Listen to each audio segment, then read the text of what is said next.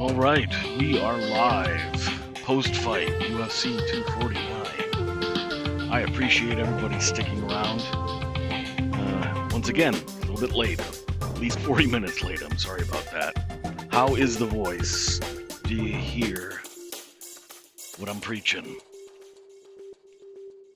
Can I get an amen? Anybody hearing me? Just let me know in that box off to the side where everybody does all the clickety-clacks. Perfect. Thank you so much. It's good to see everybody here. We got 86 people in on this mother already. That's good. Hell of a night of fights. I think beyond the particulars, cut that music out. I think beyond the particulars, just the energy I was surprised by. That's, I guess, my initial thought is watching the fights, just starting to let the event soak in a little bit. I really didn't miss the crowd until the two championship fights. I was surprised. I think even the broadcast team, which I thought they did a pretty good job, a little bit wonky on a few of the things they say, but that's how it works. It's always going to happen that way. You have a singular vantage point. You're not going to see everything, and you're not going to see the same things we see on the broadcast. So I thought the broadcast team did an excellent job. That's probably my favorite version that's in regular rotation. Anik, Rogan, and DC. And DC is quickly on his way to becoming the John Madden of MMA. I think you give him 2 or 3 more years to really cut his teeth on broadcasting, and he'll be perceived almost as a treasure to the sport, perhaps more so for his broadcasting than even his career. But that's off far afield. We want to talk about and go over the fights. I don't think anybody here needs me to do some sort of a countdown. We all understand this is a post-fight show, right? I think we all understand that. So there will be spoilers, right? But technically they're not spoilers because we all just watched the goddamn thing. So starting with the two championship fights, I guess I'll just jump into those real quick, not get into too much detail because I just watched it live like you guys, and for me to really dig details out, I'd like to, go over it with a few replays. But the walk away thoughts that I have from the main title fight, the main event, Ferguson versus Gaethje, is you can't take anything away from either guy. I think that was a brilliant fight. Not either one guy, but just as a whole. It certainly wasn't as dynamic as I expected it to be. It wasn't as diverse as I thought it would be. In fact, it didn't look a whole lot like what I thought their fight would look like. There were some moments where Tony looked like I thought he might look, but they were few and far between. And even Gaethje, he was so patient, and we've seen glimpses of this, but you have to laud the performance of Justin Gaethje. He was amazing tonight. Now, I don't think he was as perfect as maybe the broadcast crew thought. I thought the first round was pretty clearly Ferguson. He landed a lot more shots. He landed the harder shots, and he certainly was aggressive. In fact, throughout the entire fight, I don't think Gaethje threw first until towards the end of the fourth round. Well, that doesn't matter. That doesn't affect the scoring in this case. It doesn't diminish his performance. That was game plan, clearly. It takes me back to the UFC promo they put out on the Sundays before fight weeks. It's apparently one of the words I'm going to forget right now. What's that show called? UFC Countdown. Jesus, how long has it been since they've done a countdown that was actually entertaining to watch? Long time.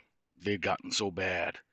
The actual production and writing for the show was even taken up a few notches. It's usually quite good, but it's much better than it has been. And then the characters involved, especially the four fighters at the top of the card, they were all interesting. I mean, isn't that what you felt watching the countdown and all the promo material and the interviews and the build up, even without the live feel and interaction of media day and the two face-offs on one on Wednesday and then another on Friday, even though each of those things were either absent or lacked some of the pomp and circumstance you normally get, I still felt, because all of these fighters had their own individual stories. They were such identifiably individual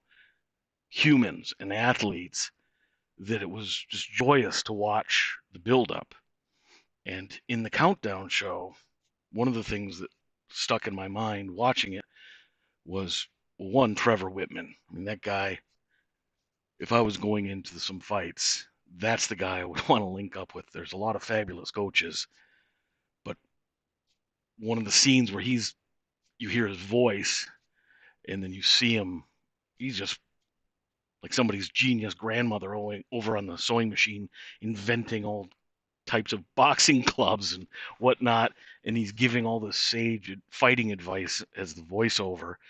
It was really compelling.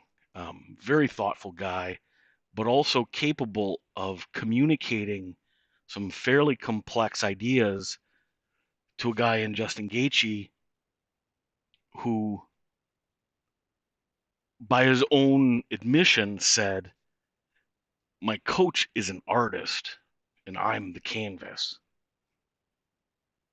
I found that striking because that's the opposite of Ferguson. Ferguson is an artist.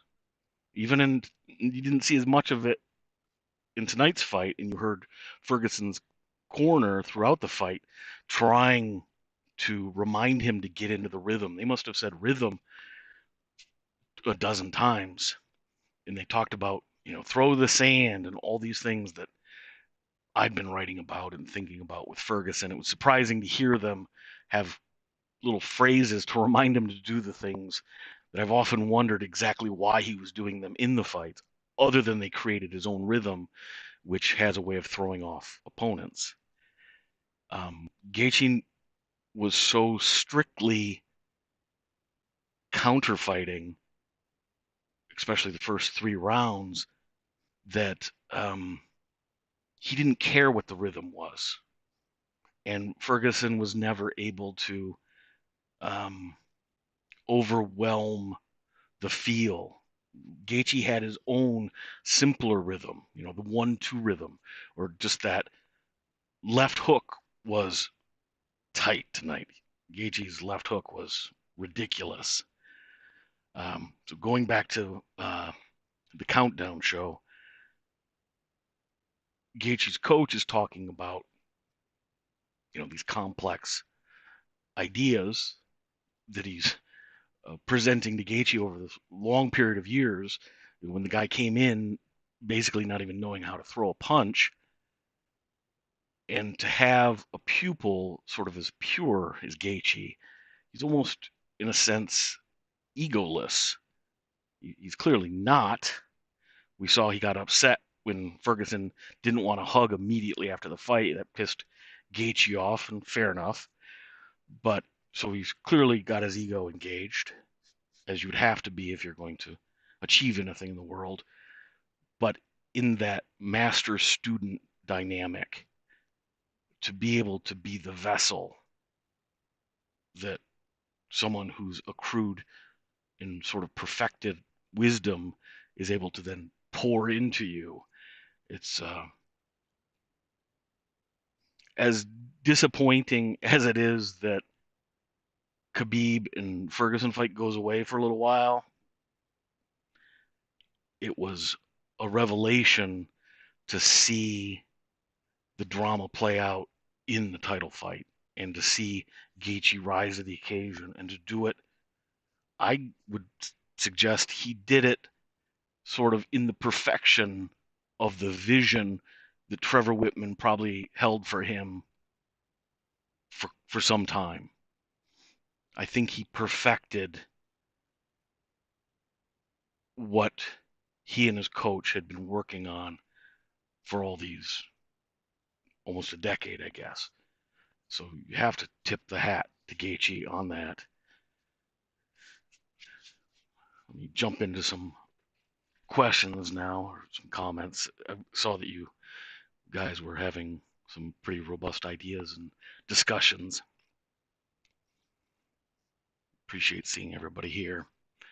Oh, yeah, so I told everybody on the last live stream that my antenna to create a Wi-Fi signal from my cell phone was not placed in the best spot. And the property I have is a lot of hills and kind of a mountain in the middle of it, a little mountain. And where the house site sits, it's behind the signals on the other side of this giant granite um,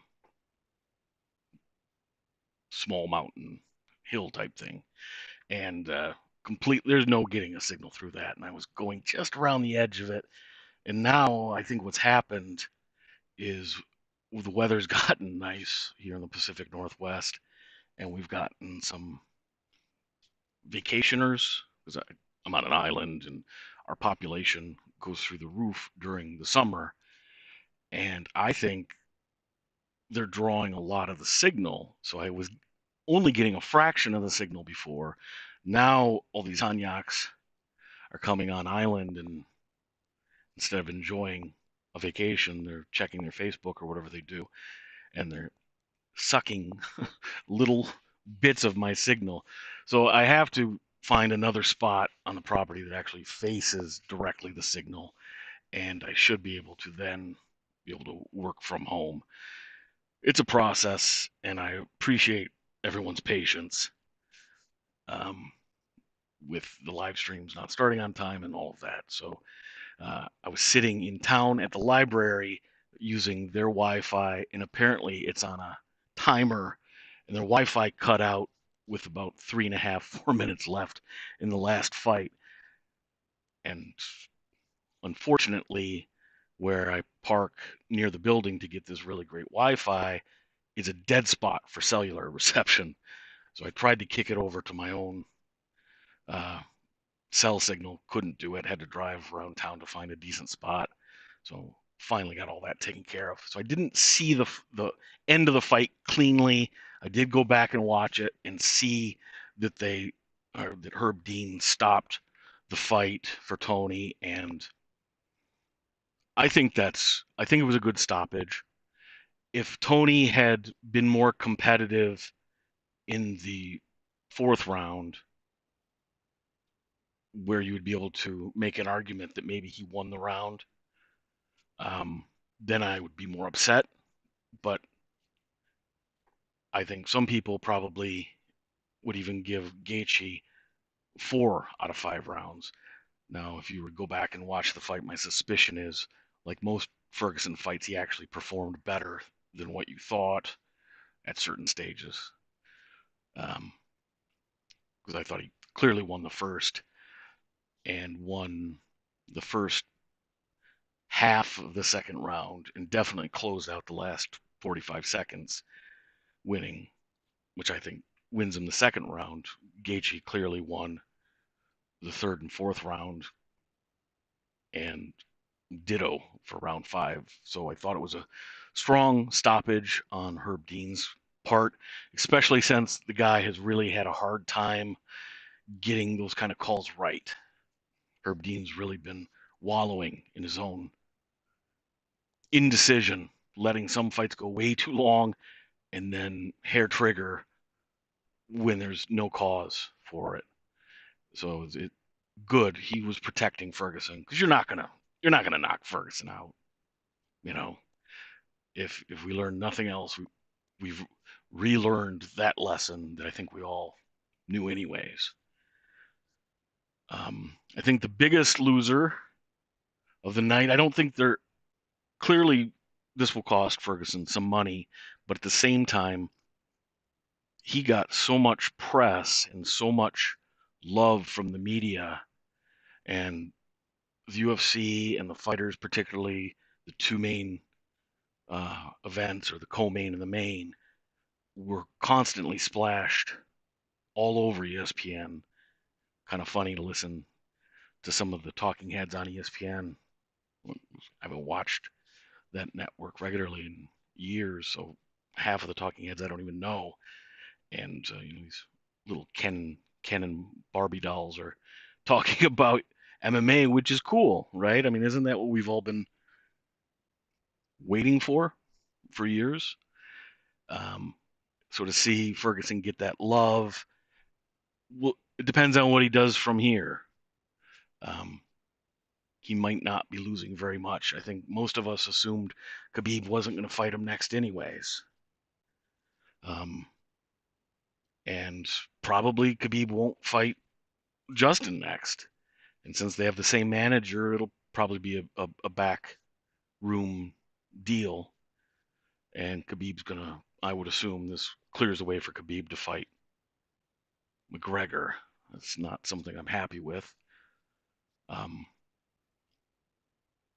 I felt, uh, at this point, Gaethje should get the shot, and it's same song as when Tony was the number one contender for so long. It's defend or vacate, and whether it's all intentional, some intentional, or none intentional on Khabib's part, he has an extremely long history of not making certain fights. And they happen to be guys who are very good at wrestling and very good at striking. Guys like um, Cerrone, he pulled out 4 times and he pulled out 3 times against Tony. And again, any one of those times, or maybe all those times, were all coincidence, and Khabib actually wasn't trying to avoid the fight. But at some point, somebody else has to suffer the consequence of Khabib being unable to make fights. It can't always be somebody else. At some point, it has to be Khabib who loses out on something, in my sense. And this dovetails with some of the things we were talking about in the last live stream. I think Ngannou clearly cemented himself as the number one contender. Um, and that's who he is. That guy imprinted uh, exactly who he is on the mug of poor Rozenstruik. Oh boy, it was like a cartoon knockout where he kind of falls down and falls asleep, and he has that little bit of a beer belly when he's up against the cage, and he's out cold, and he looked like a cartoon from the 30s where you had hobos like sleeping up against a fence or something. It was very weird imagery. I don't know if the angle of the first couple replays I saw were strange, but it just struck me as so truly devastating. And where was Rozenstruik when he wasn't conscious? We know what Mark Hunt thinks, sends him to the land of ghosts or your forefathers or whatever. But Rozenstruik was probably somewhere, but he certainly wasn't in the arena or in that cage anymore. And there's just nobody who brings the ability to completely separate the soul from the machine the way Ngannou does. Let's jump into some questions. If you've got any, keep repeating them. Don't be an ass about it, but repeat them so I don't miss them if you've got something really good and I keep missing it.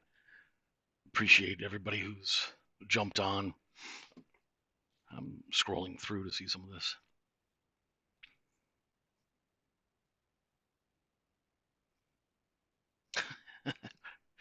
Damien says, anybody else eating gummy worms right now?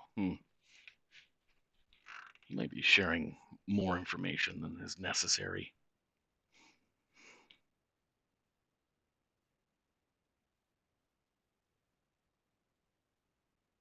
I'm getting some advice on my Wi-Fi. I appreciate that. Joe Blow 2. I believe you're the same gentleman who gave me some advice earlier, and I appreciate it.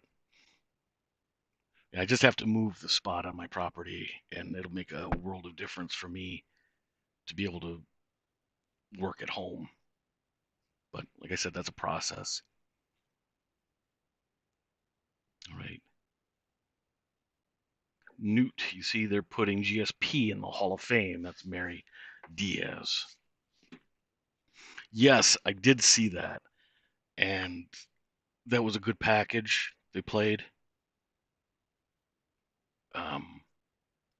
during the broadcast to introduce GSP to the idea that they're putting him in the Hall of Fame. I mean, clearly the guy is Hall of Fame worthy. If he can't go in it, then nobody can go in it for what he's achieved and what he meant for the sport. But what I find interesting is this the UFC or Dana White putting their foot down to say no fights? I thought it was auspicious or perhaps suspicious timing to get GSP in the Hall of Fame. I know they put people in quick sometimes, and trying to remember a name again. I had a surgery about a year ago, and I now forget names occasionally because I was under anesthetic for um, something like 9 or 10 hours. It's a very long, complicated surgery for something stupid. I was my appendix burst, but that didn't make me go to the hospital. No, I laid in bed for 4.5 days with the craziest, worst, most confusing pain I'd ever had. And me being, smart fellow, I just laid there and figured it would pass. Finally, my wife came home one night and she came into the bedroom. She's like, "You're just sweating and dying in here. You're getting in the car and I'll take you to the hospital." Anyways, yeah, it was bad. It's all gangrenous and horrible. But the doctor completely reworked my guts, and it took so much longer because he wasn't just cleaning stuff up. He had to, my intestines had rotted, started to rot, and they were all like, probably this is more information than you need, but they had rotted to the point where they become, um, they weren't able to hold their constitution well enough to perform the task that guts need to perform. And the doctor made the choice, instead of pulling 10 feet of my intestines out and calling it a good day's work, he spent an extra, what was it, something like extra 7 hours in there repairing them. And I'll be forever grateful to that man, because it means that I have been able to come back to being normal physically. It's taken quite a while. I mean, that's part of the reason that I was off um, for so long and couldn't do any episodes. But had I not done that, if you would have just cut out a bunch of my intestines, there'd be all sorts of things I couldn't eat. My entire system would be weaker. So the only thing that I've seen as a negative side effect is occasionally, or more than occasionally, individual words aren't where they're supposed to be in my mind. I open the cupboard door and it's a little bare for the thing I'm trying to grab, and that was never the case previous. So BJ Penn was the name I was thinking of. Yes, they clearly put him in the Hall of Fame too quickly because he's come back and had so many fights after the fact. So I do wonder if it's a move on the UFC's part to keep GSP from meddling with the lightweight division. I don't know what your thoughts are on that. Kasha Ingala in Angela. Sorry, seeing it as a last name, thinking of it as a first name. Kasha says, have you heard of a repeater? Yes, I like Fugazi quite well. It's probably my favorite album of theirs. Or Steady Diet of Nothing, perhaps. One of those two. Oliver Dean says, Bisping, best story in UFC history. UFC rating system is broke. Very true. Um, I've actually thought that one of the things I'd like to do is find a group of people that could do legitimate rankings, because it just takes um, integrity and a whole lot of effort. And I think you could, with consistency, you could put something out there that at least would be recognized by everyone else. The problem is the MMA journalists or media, it's in flux right now. In fact, I said about 2 years ago, I said to the people I talked about MMA with, you'd see at least a 50% turnover in the media, and you're really starting to see that a lot of the older guard, not that they're old guys, but a lot of the previous generation of MMA media, they're just not. Um, they don't look like anybody else on TV. If you've noticed, they have strange bodies and faces. They don't speak well for themselves. It's a bunch of D&D nerds basically that geek out over fights. I mean, some of those guys are pure fanatics and they have great knowledge, but they don't translate well. You'll never see those guys on ESPN when you're seeing them be pushed out as larger networks and media groups start covering the sport. So as you have more and more of these prettier people come in to talk about the sport and do their journalisming, um, they don't have as much background and they don't have as much knowledge. So I don't even know that you could put together a good group large enough of MMA media to even do rankings. In fact, some of the media that I've followed over the last several years, even guys that I like really well, like the co-main event guys, I've always liked them real well. Um, they don't watch all the fights, and it's clear there's a whole bunch of guys that are, as they're on their way up and have less than 5 fights. Um, they don't have any clue who they are, so they don't have enough of their fingers on the pulse. And I think those are a couple of the smartest guys going. So if your smartest guys aren't really in tune with the sport enough to do rankings, I don't know where you put together a group that would do it. What's the incentive? Nobody's going to get paid for it. And you're probably not even going to get recognized because the UFC wants to maintain control over that. Anyways, that's for a more general topic. Let's get back to the fight night. I do want to run over some of the individual fights. So we talked about the main event with Ferguson and Gaethje.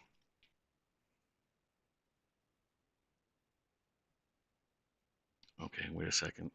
I'll get back to some of these questions, hopefully. Um, we talked about the main event and the co-main event. That was a fight that I could never get my head wrapped around. And I think we talked about that in the last live stream, that I just didn't have I didn't have a good grasp on what the fight between Cruz and Cejudo would look like.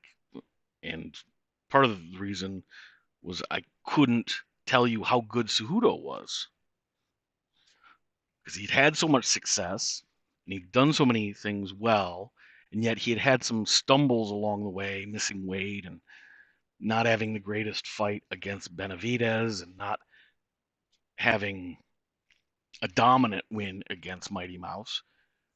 I didn't understand why people thought Mighty Mouse was robbed or something. To me, it wasn't. I thought it was pretty clear that Cejudo won. Um, And I tend to, much like when I judge if a stoppage is too quick, before I have an opinion, I try to watch closely the fighter who has been called out.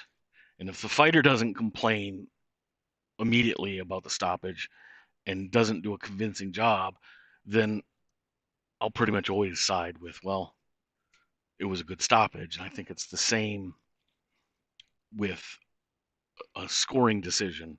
If somebody loses a close decision, I try to listen carefully to how they talk about it.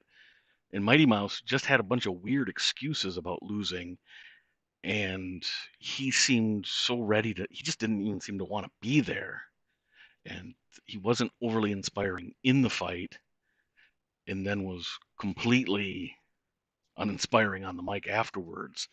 And I think couldn't have been happier than to leave that situation and go to Asia and fight over there.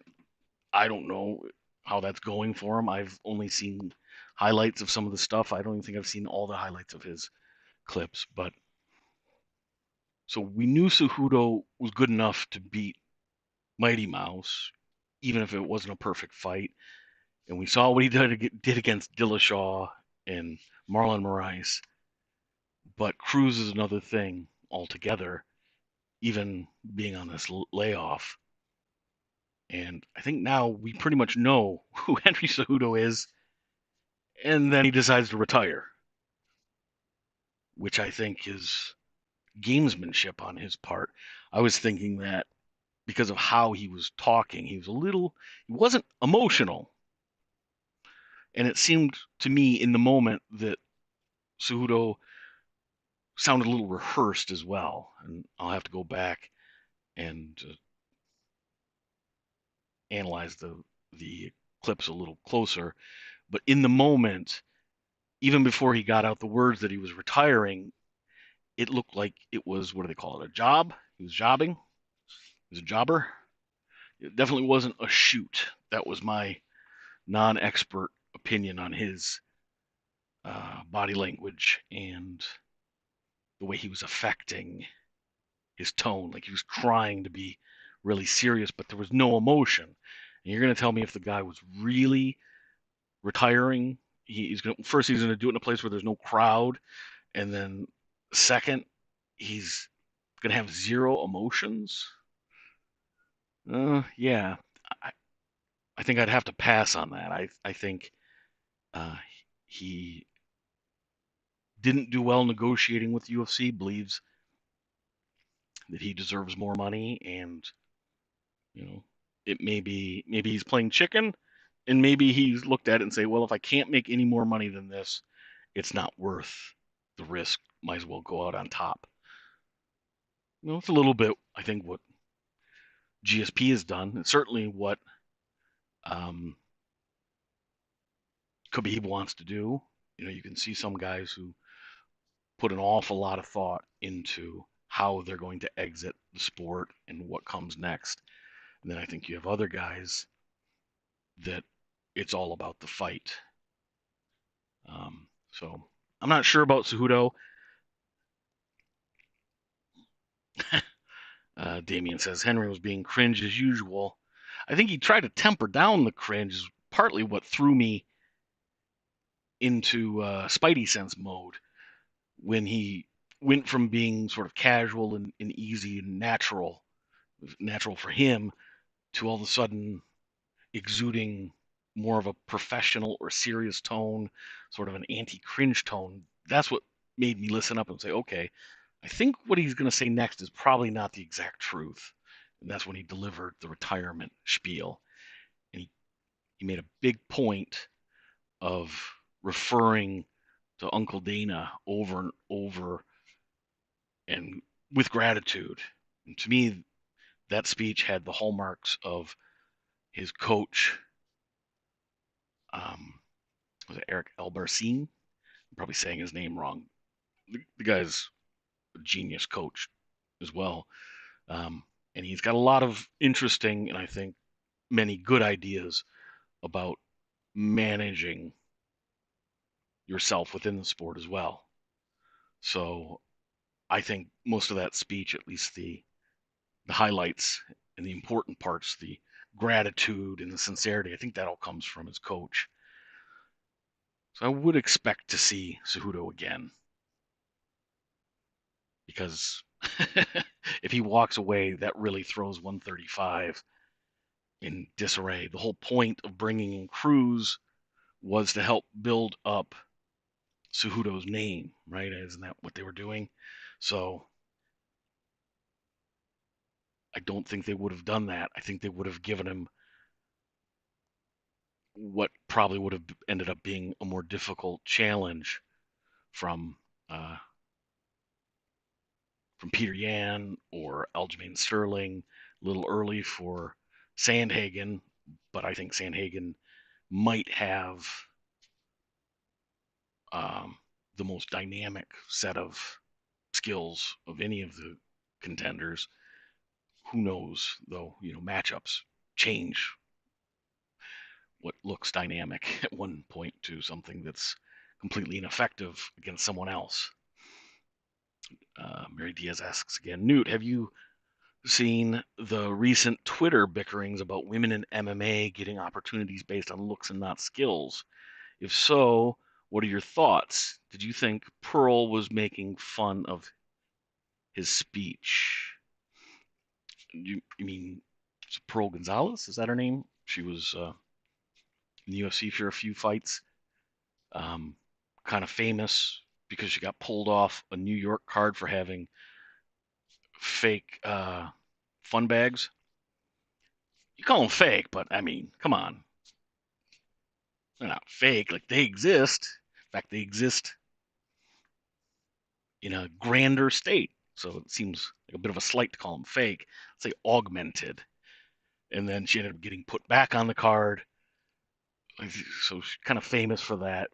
But she didn't seem to be too put out about it either. Some women would be highly embarrassed by that. And I think she knows the game she's playing. If she didn't get those things by accident, it's not like there's a booby fairy that slides in under the cover of night and you wake up with double D's. You got to pay for that shit. So I assume that's who you're talking about. I didn't hear the bickering. I think it's kind of not knowing specifically what you're talking about. It's a bit of an old lament. So the pretty people, the Sage and Page era, they're getting opportunities because they're pretty. Well, that's reality. If you're just judging everybody, yeah, a little bit prettier, they're going to get on average a few more opportunities. But I can't think of anybody who's gotten a title shot or even a number one contenders fight, any sort of a truly important matchup because of looks. Correct me if I'm wrong. There certainly have been people who've gotten opportunities because it was advantageous to the promoter. That happens all the time. And Jesus, that's basically half of every Bellator card. It's just, yeah, we're going to pretend this guy is this or that because he helps our bottom line. And historically, the UFC does less of that, but they certainly do. You can't unknow what you know. And so if you're sitting behind the behemoth that is the multi-billion-dollar machine of the UFC, and you know that certain fighters are going to help you build your business in regions that are difficult to get into, then of course you're gonna use that to your benefit.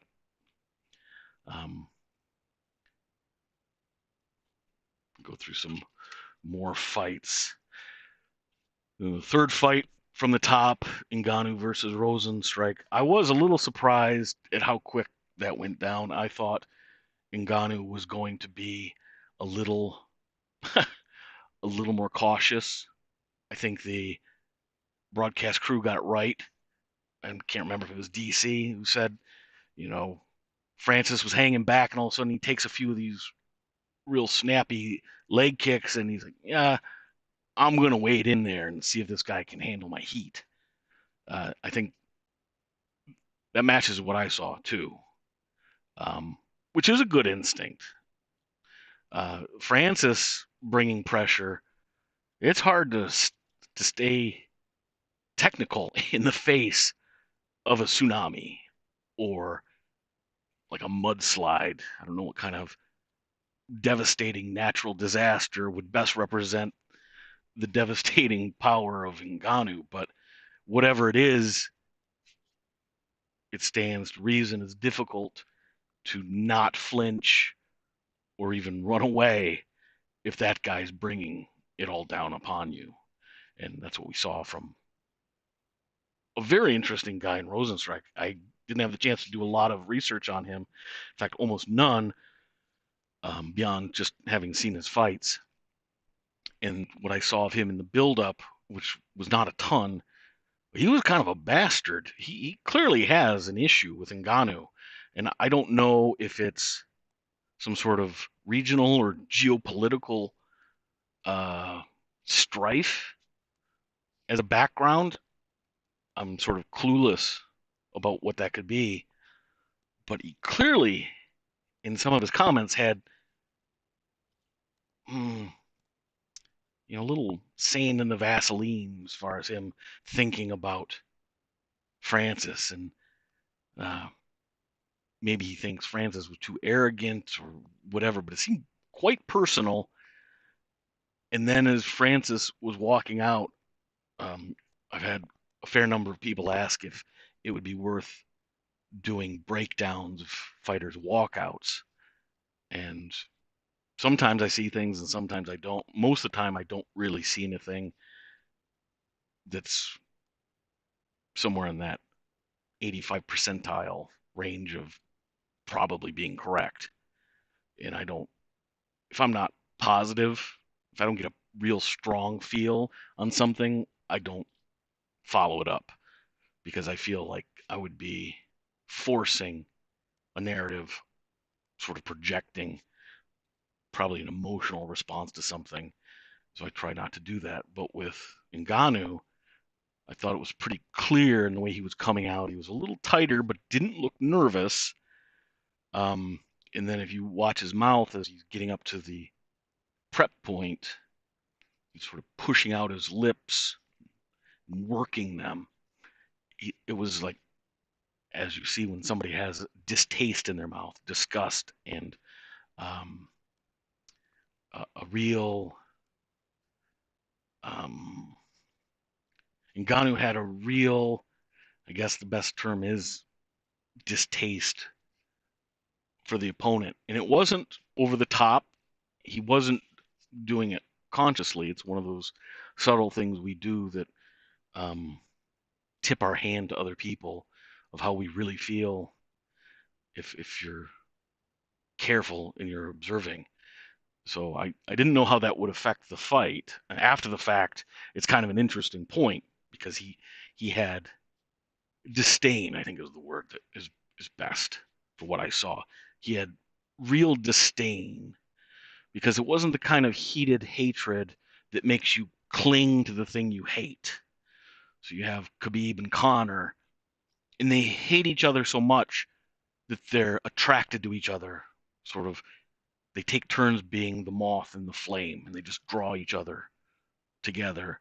Where if you truly have disgust for somebody, they repel you. You don't want to be around them. He wanted, so that's what I thought I saw with Ngannou. He had to look like he just wanted to dispatch the guy with haste and severity, and he did.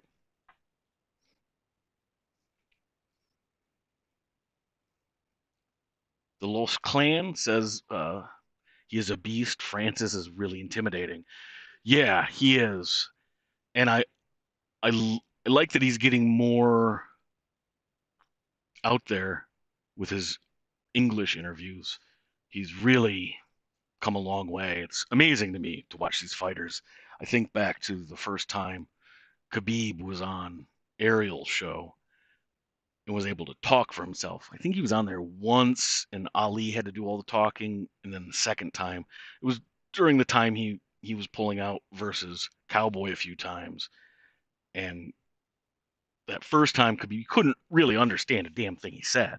Didn't make, but he was on the show, and then like the next time, he had a full conversation, and from then on, yeah, I mean, he just sounds like a Russian dude talking English. So sometimes it sounds a little funny, but he clearly speaks the language really well. And I think it's just another indication of how intelligent and gifted and special the athletes in the sport that we all care so much about are.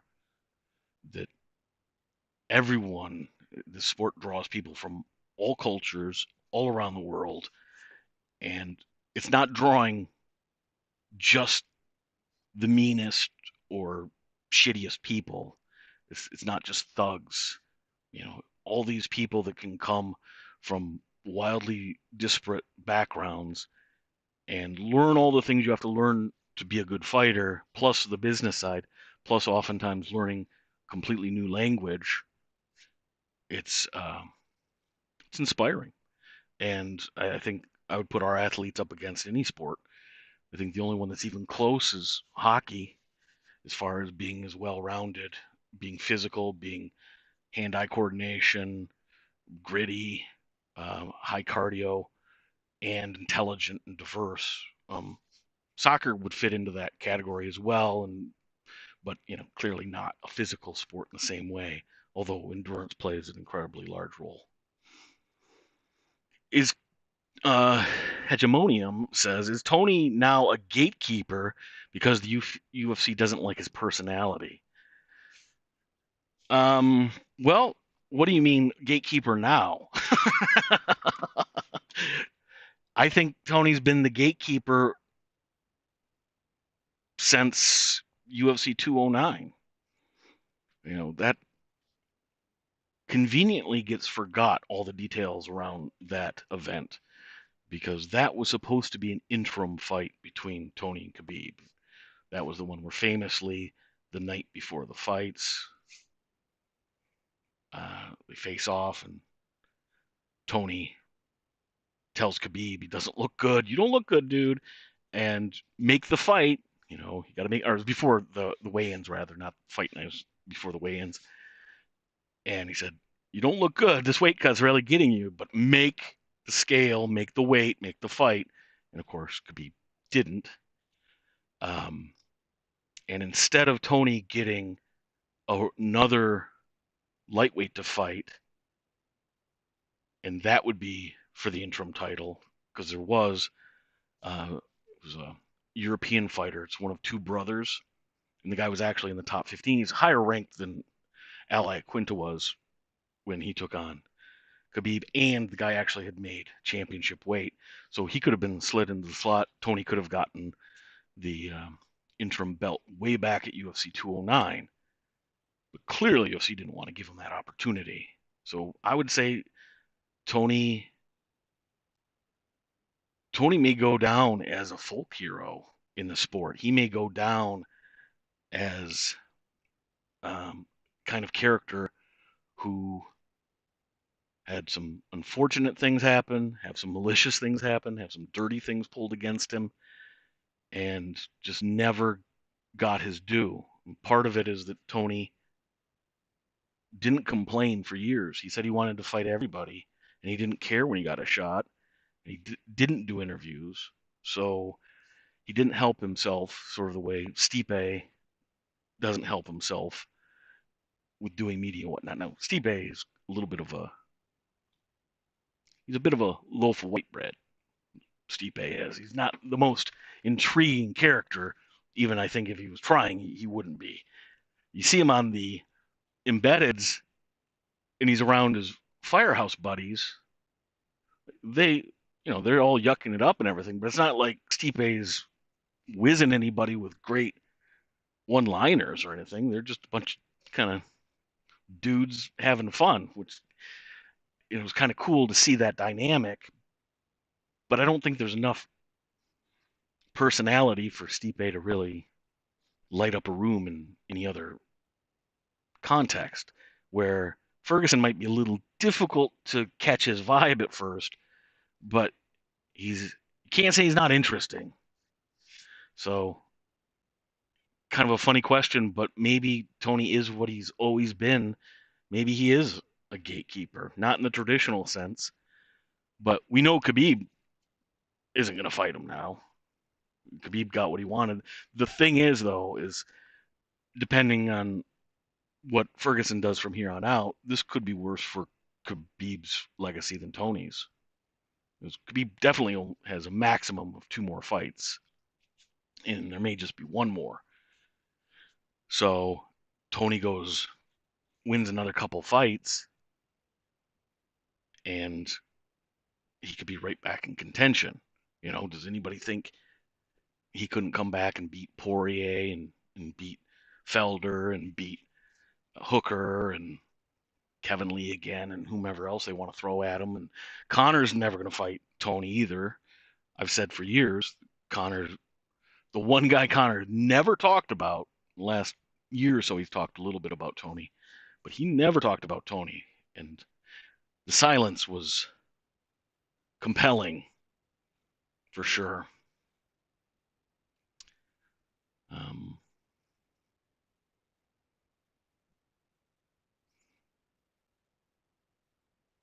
Keisha. Okay. Thank you for giving me the pronunciation guide. Angela. Okay. That's a nice name. That's a really nice name. First and middle name. I will try to remember that. I'll probably mess it up again, but I know who you are. You, I believe, are the person who wrote me an extremely kind message.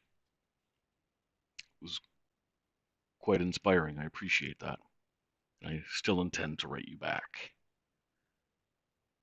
Now you've given me something, kind of compliments that really hit you hard are the ones that force you to live up to the kind things people are saying about you. It's sort of a double-edged sword, but I certainly appreciate it.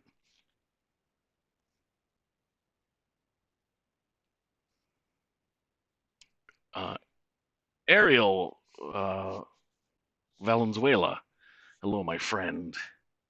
I haven't seen you. I saw you in the comments a while ago, but haven't seen you on the live stream. Good to see you. Ngannou missed 4 shots. This is what Ariel says. Ngannou missed 4 shots before landing the KO punch, and he only needed 1. All the extra shots fired were unnecessary. He was in the 9th dimension, lol. Yeah.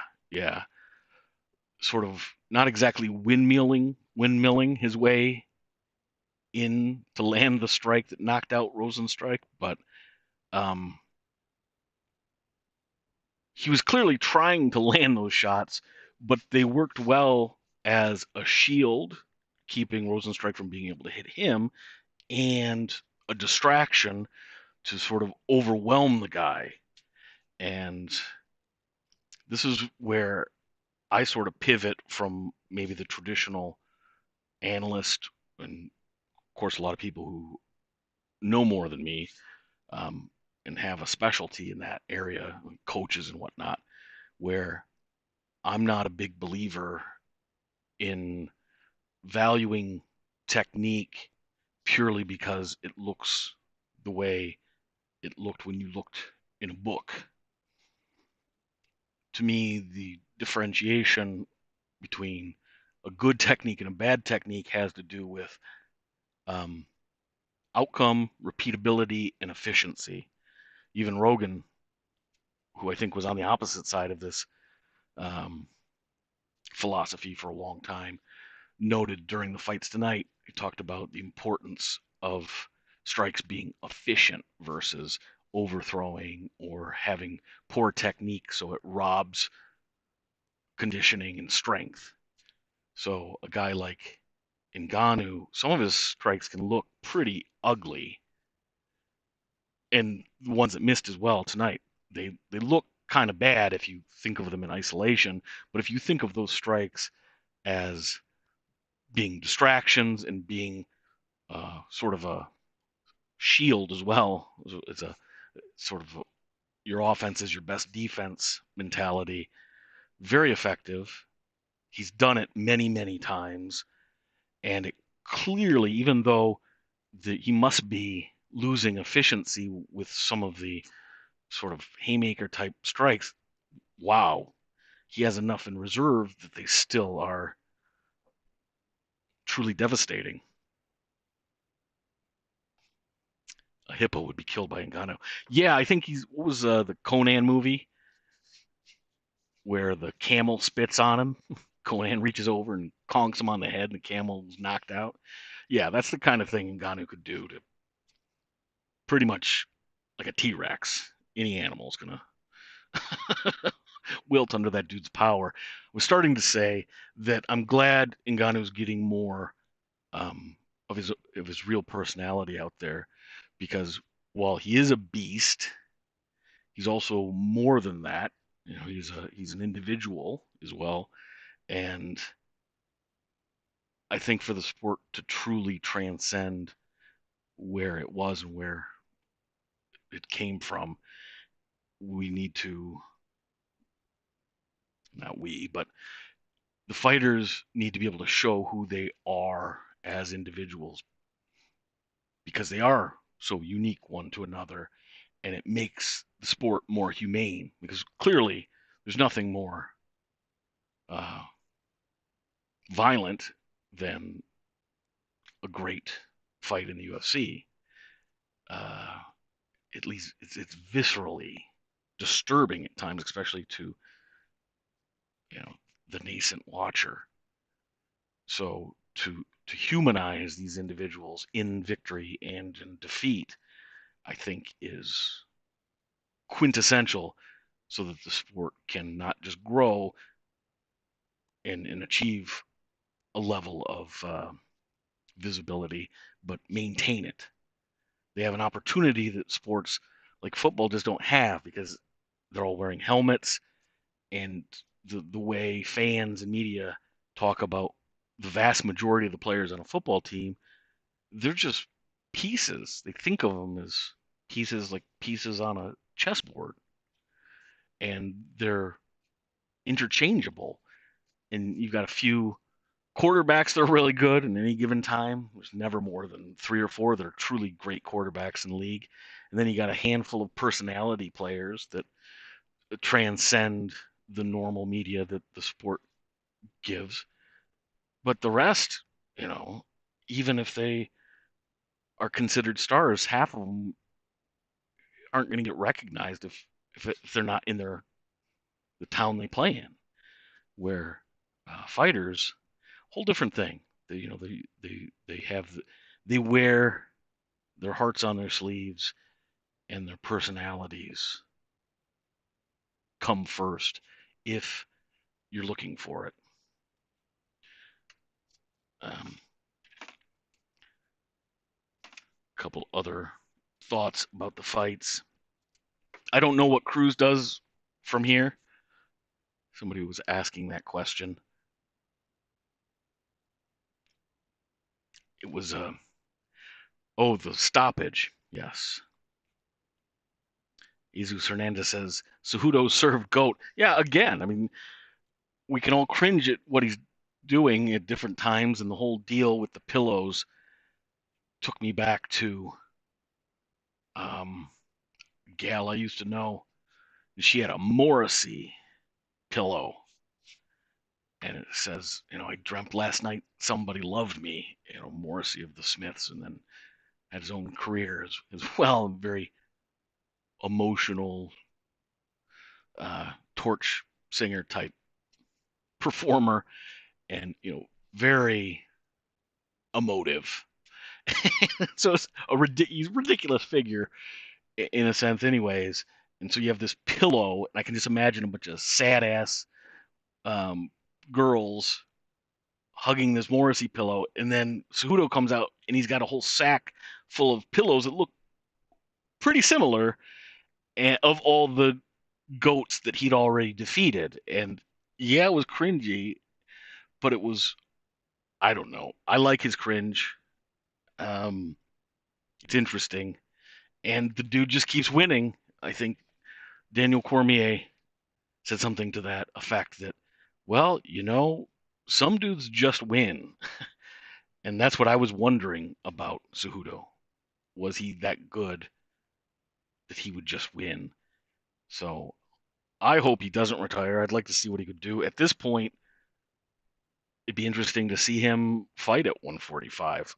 I don't think it's a good idea, particularly against Volkanovski, who I truly think is one of the best fighters in the world right now.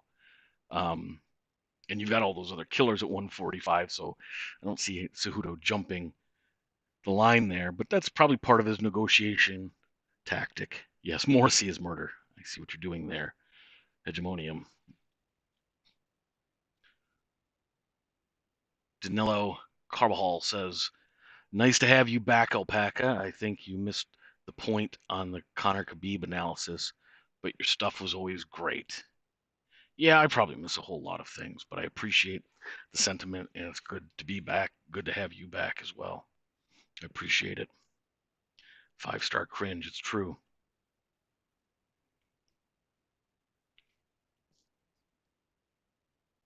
Tom Chambers says Cejudo's under the thumb, and I wonder what you mean by that exactly. Oh, another thing that hit me after the fights as I was scrambling to get a signal and get this thing started was, and I was hesitant to bring it up because it's not an excuse for Tony, and Tony doesn't need an excuse. But of all the people on the card, the person that I thought would thrive in an arena that was empty was Ferguson. And I'll have to watch again and see if there's any more clues. But I sort of had this suspicion after the fact it hit me that, wow, he never could find his rhythm. He never truly danced. And it may totally just be Gaethje. And if you're getting cracked every time you try to do something, especially third round on and somewhat in the second round, then yeah, difficult to get your mojo going. But I wonder how much Ferguson fed on the crowd, but didn't even know that himself. I think most fighters know their relationship with the crowd, and I don't know this, but I wonder if Tony dismisses the idea of the crowd and therefore never even made a mental adjustment or consideration for going out with no crowd. Um, it could be nothing, and it could just be Gaethje fought the best fight of his life, which was after the fight that had been the best fight of his life, which was after, again, a fight that was the best he'd ever done. Because you go back to the World Series of Fighting days, and Gaethje was just a maniac, and there was nobody good enough to beat Gaethje, but there was also nobody bad enough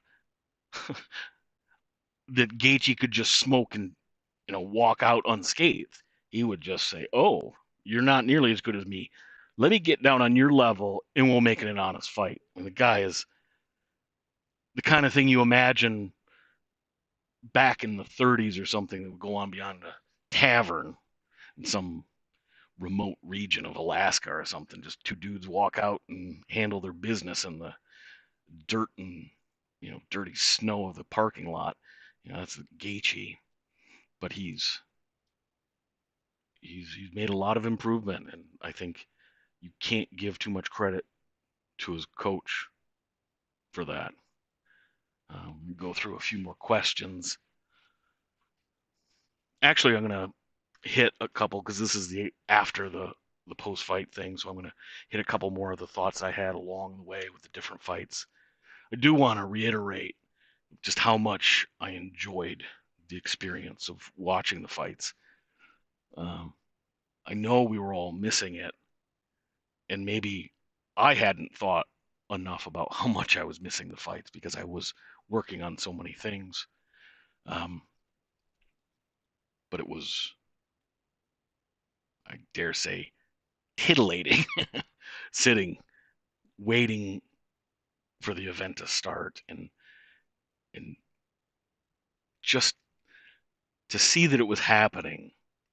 And like I said earlier, I didn't miss the involvement of the crowd until the final two fights. Up to that point, I thought the energy was just as much as you would ever get.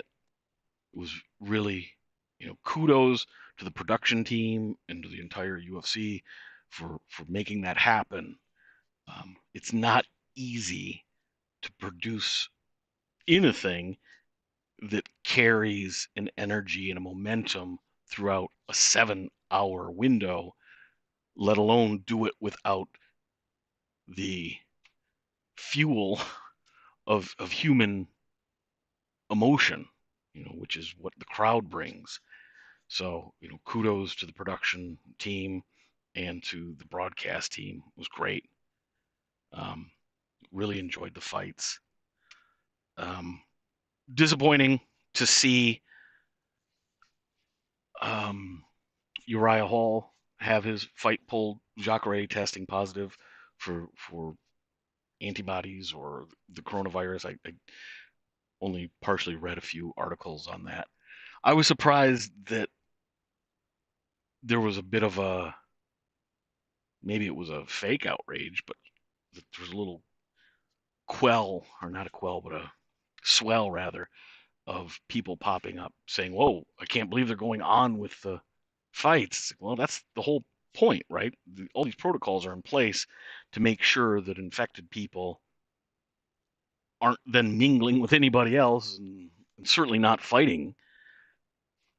You don't shut down an entire event, um, just like, because they're doing the testing. You have more people working at one of the giant hardwares, thousands of outlets around the country with minimal testing, maybe some temperature checks.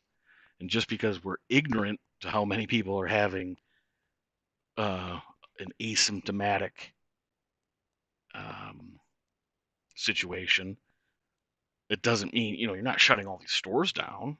So it's strange to me. There's a weird dynamic that I haven't been able to put my finger on with some of the reactions to what's going on with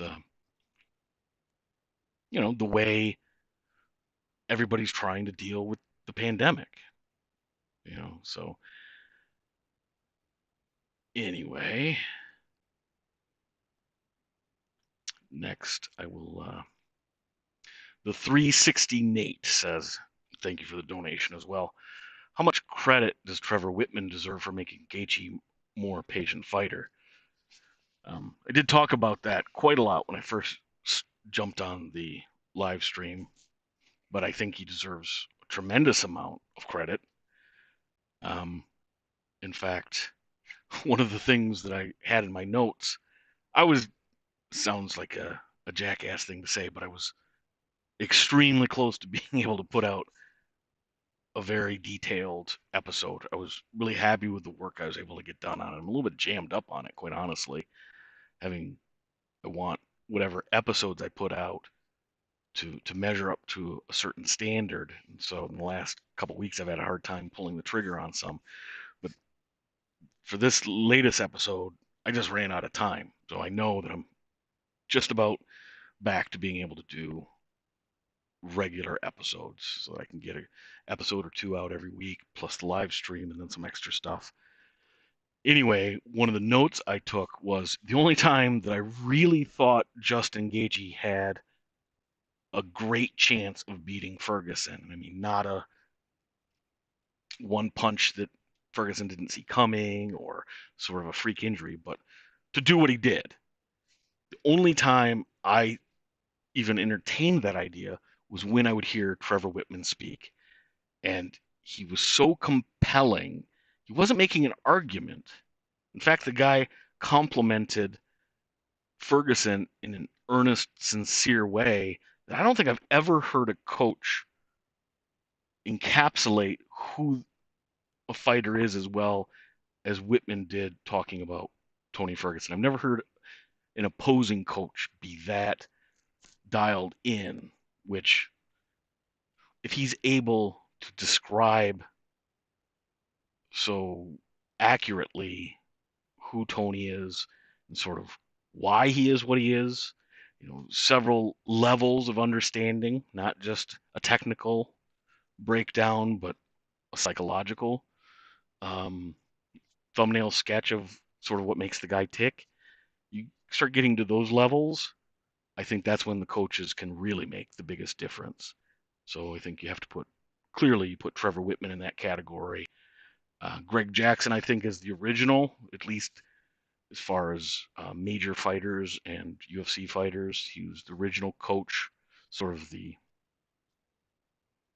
um, oh Jesus, what's the name of the coach of the Bulls? He was a player in the NBA. He coached Michael Jordan, then coached the Lakers. Phil, nobody knows his last name. It's impossible, just like Chael says.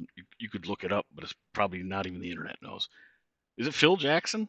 Maybe that's why I'm confused, because they both have the last name Jackson. Anyways, you know who I'm talking about. Yes, Tyler Broody says Jackson. Yeah, okay. So Phil Jackson had this aura about him as being sort of the Zen, outside of the box, cerebral kind of guy, and was able to get effort and consistent production out of some pretty tricky guys and some pretty tricky situations. And uh, in mixed martial arts, I think a coach has an even bigger role to play if they're capable. Greg Jackson being the first to really stamp his philosophy on the sport when his team was so dominating the landscape. And he's pulled back a little bit, but he's another one of the characters in this world of fighting that I would love to, you know, get invited to that dude's house for the weekend and just sleep on his couch, and whatever he does, I sort of tail him and I get to ask him questions. See, because I think he's the kind of guy that pretty much any kind of conversation, especially if it's private, he's on the way to the grocery store and you ask him some goofy question, you're probably going to get all these just nuggets of wisdom from a guy like that. And so Trevor Whitman clearly is taking up that mantle, and Firas Zahabi, I think, uh, plays a similar role at TriStar. Um, if you go back to some of the fighters he's had, now he's not had the, other than GSP, he's not shown to have the magic touch like Jackson has. But again, that's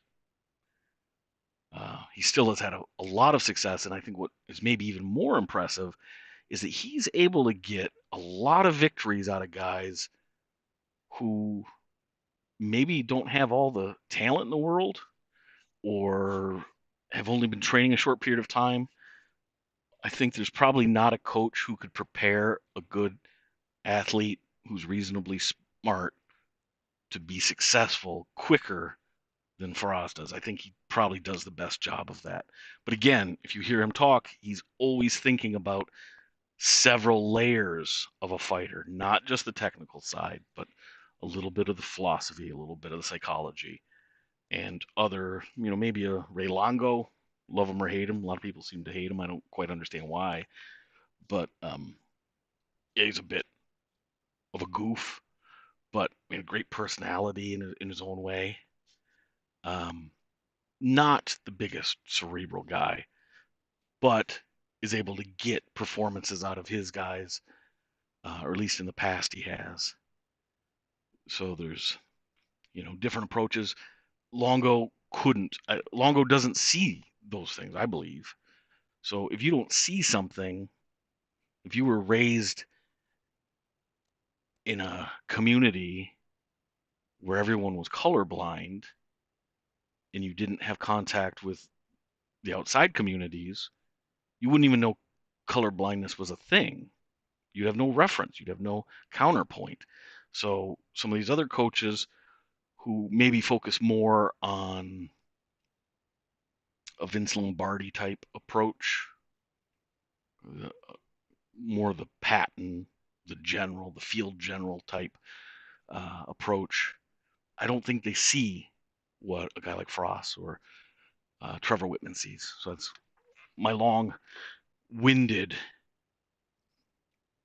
answer to should Trevor Whitman get credit for the victory. Yeah.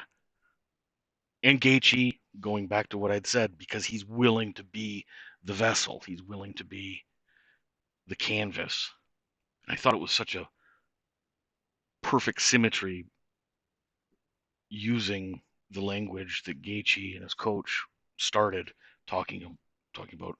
Somebody's the artist, somebody's the canvas. Where Gaethje's the canvas, his coach is the artist, and it's their practice was where the art happens. That's what he described.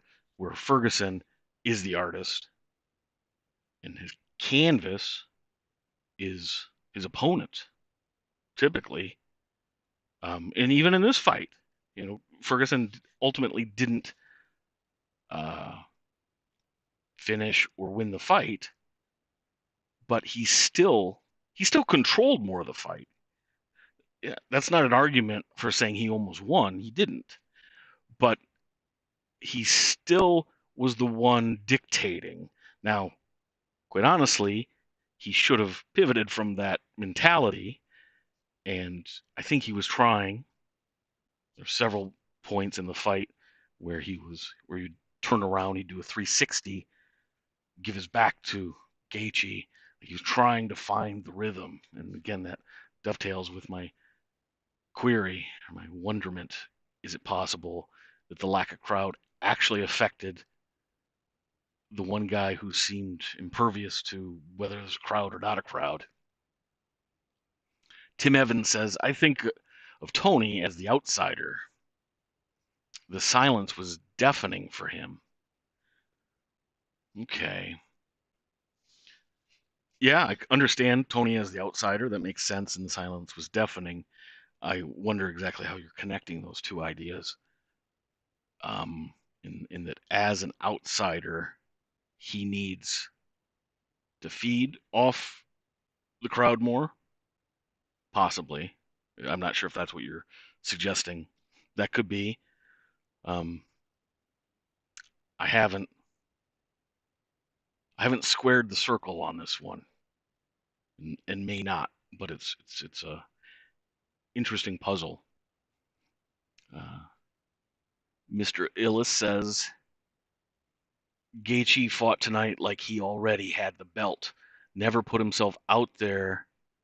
End of the second round, he threw one of the few, if only, uppercuts, and it almost lost it right there. Yeah, that might have been his one moment where he said, "I'm going to be Justin Gaethje. I'm going to be this guy who doesn't care what happens." Now, a funny thing happens to a fighter when they stop caring what the other person's going to do to them. And nobody who's, I don't think, ever been better at that in a broader, more dynamic way than Ferguson. He never cared what anybody else did. And even in the Gaethje fight, he just didn't care. He still kept doing his thing. He just wasn't able to make enough effect from it. Where Gaethje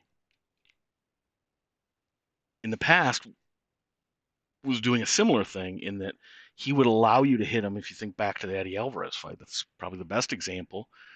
But his first one with Michael,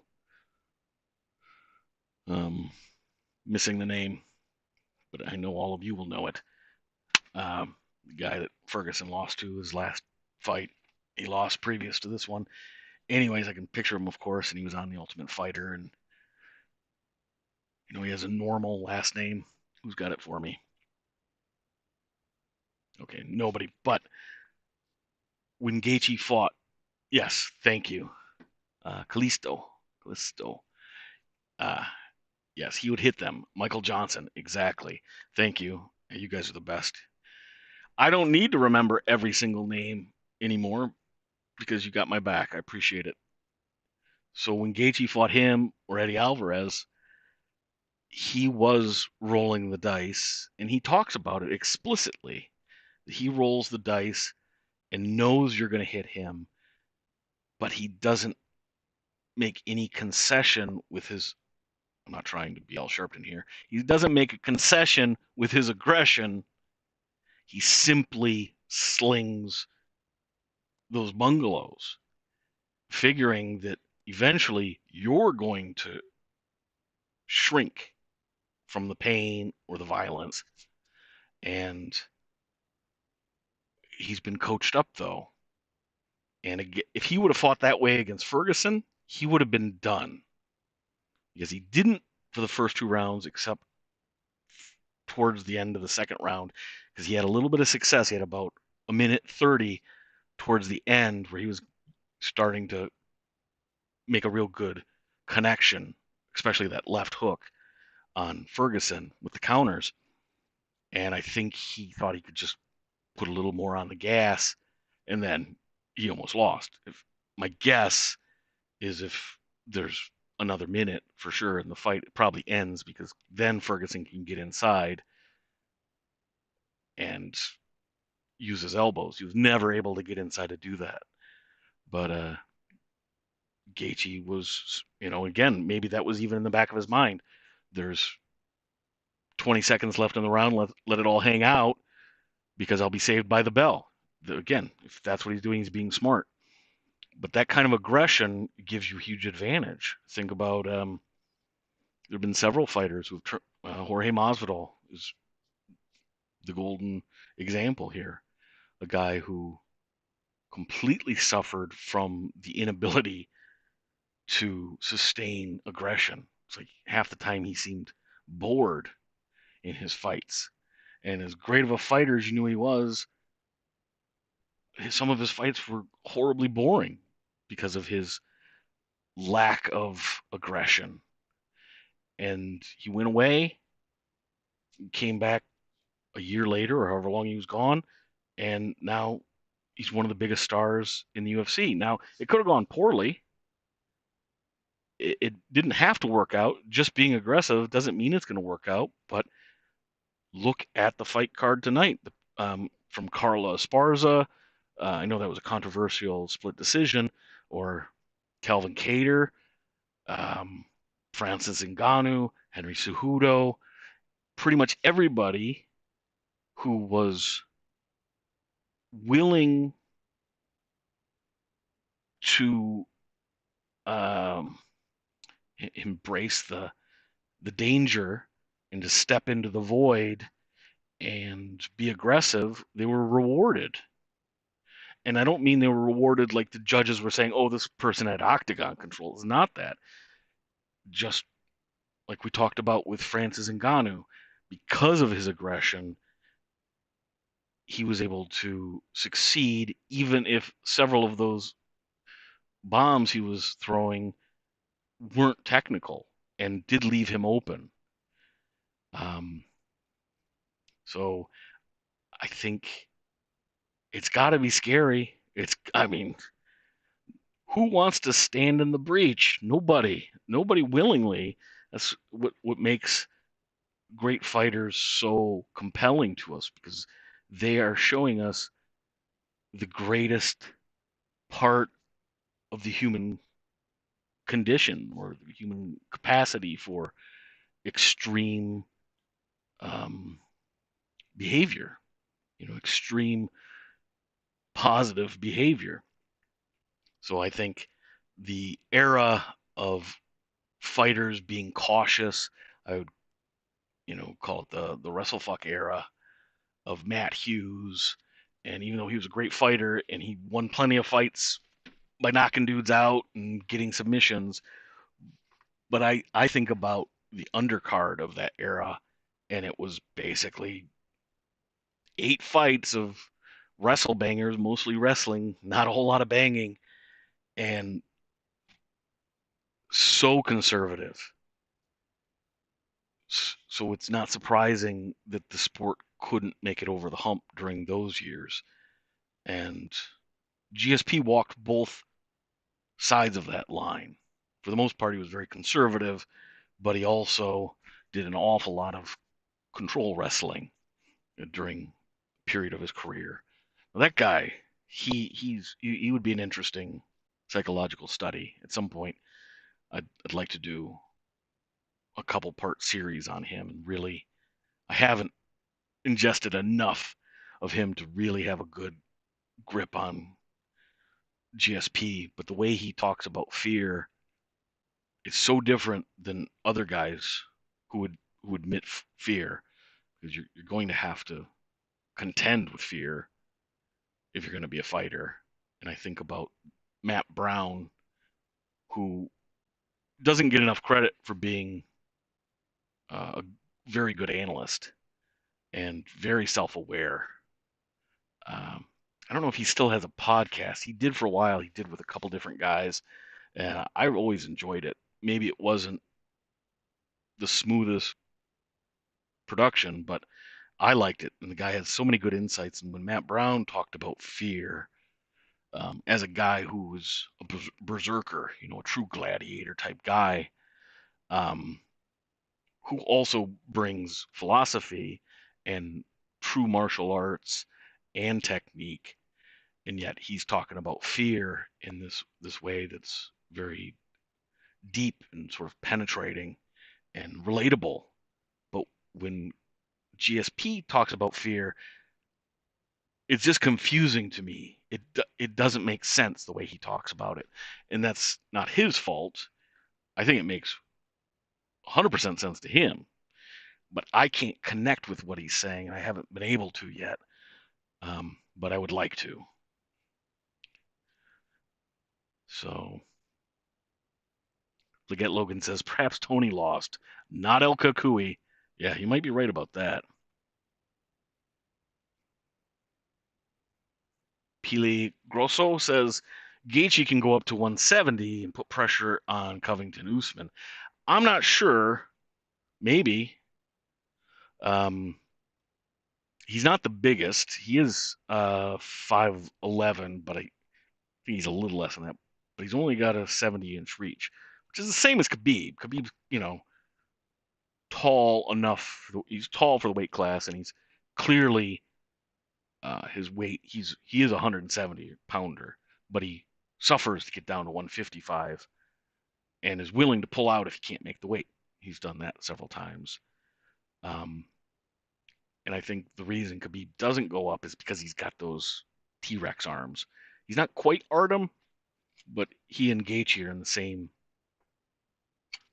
same category. I don't think they have quite enough reach. I think Khabib would compete better at 170 than Gaethje. Although, any given night, maybe Gaethje does put it on him, and particularly, either Usman or Covington. Neither of those guys. Well, I can't say neither because Covington has.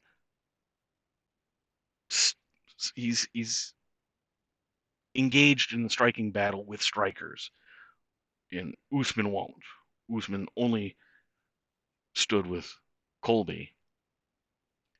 He wouldn't. He's not going to stand with anybody else. So if Gaethje can just stop enough takedowns, which he probably could, Usman's striking isn't that great. He gets a lot more. I'm not sure why he gets so much credit for his striking. I don't think it's certainly not his bread and butter. Captain Picard says, "Hey, Coov, it's it's almost 8 a.m. here, so I'll catch this tomorrow. Kids will be up any minute." Wow, what a card! Thanks, brother. I appreciate that. Was a donation as well. I appreciate it, and I know it's late. Hopefully, you can get a little bit of sleep or maybe a nap later today. But yeah, the card was great. Just an amazing card and a great night. I think it bodes well for us moving forward as fans. And it's probably even better that one fighter did test positive. Sort of shows they did something like 1,200 tests and 300 people, and it's not perfect, but there's nothing that's perfect. It's a false dichotomy to say that there's a choice where there's no danger, because that's not a choice ever for any situation in life. It's either dishonest or naive to suggest otherwise, and sort of causes people to congregate in their own uh, corners, sort of become a little tribal, and then it becomes about a lot more than just the immediate particulars of the moment. Dealing with a health situation, dealing with a pandemic. Can we? I mean, Jesus Christ, we put men on the moon, or as Eddie Bravo would say, we made a movie that looked a lot like we put people on the moon, and you're telling me we can't reasonably safely get a few maniacs to be able to fight each other. Come on. I'm saying we can do it.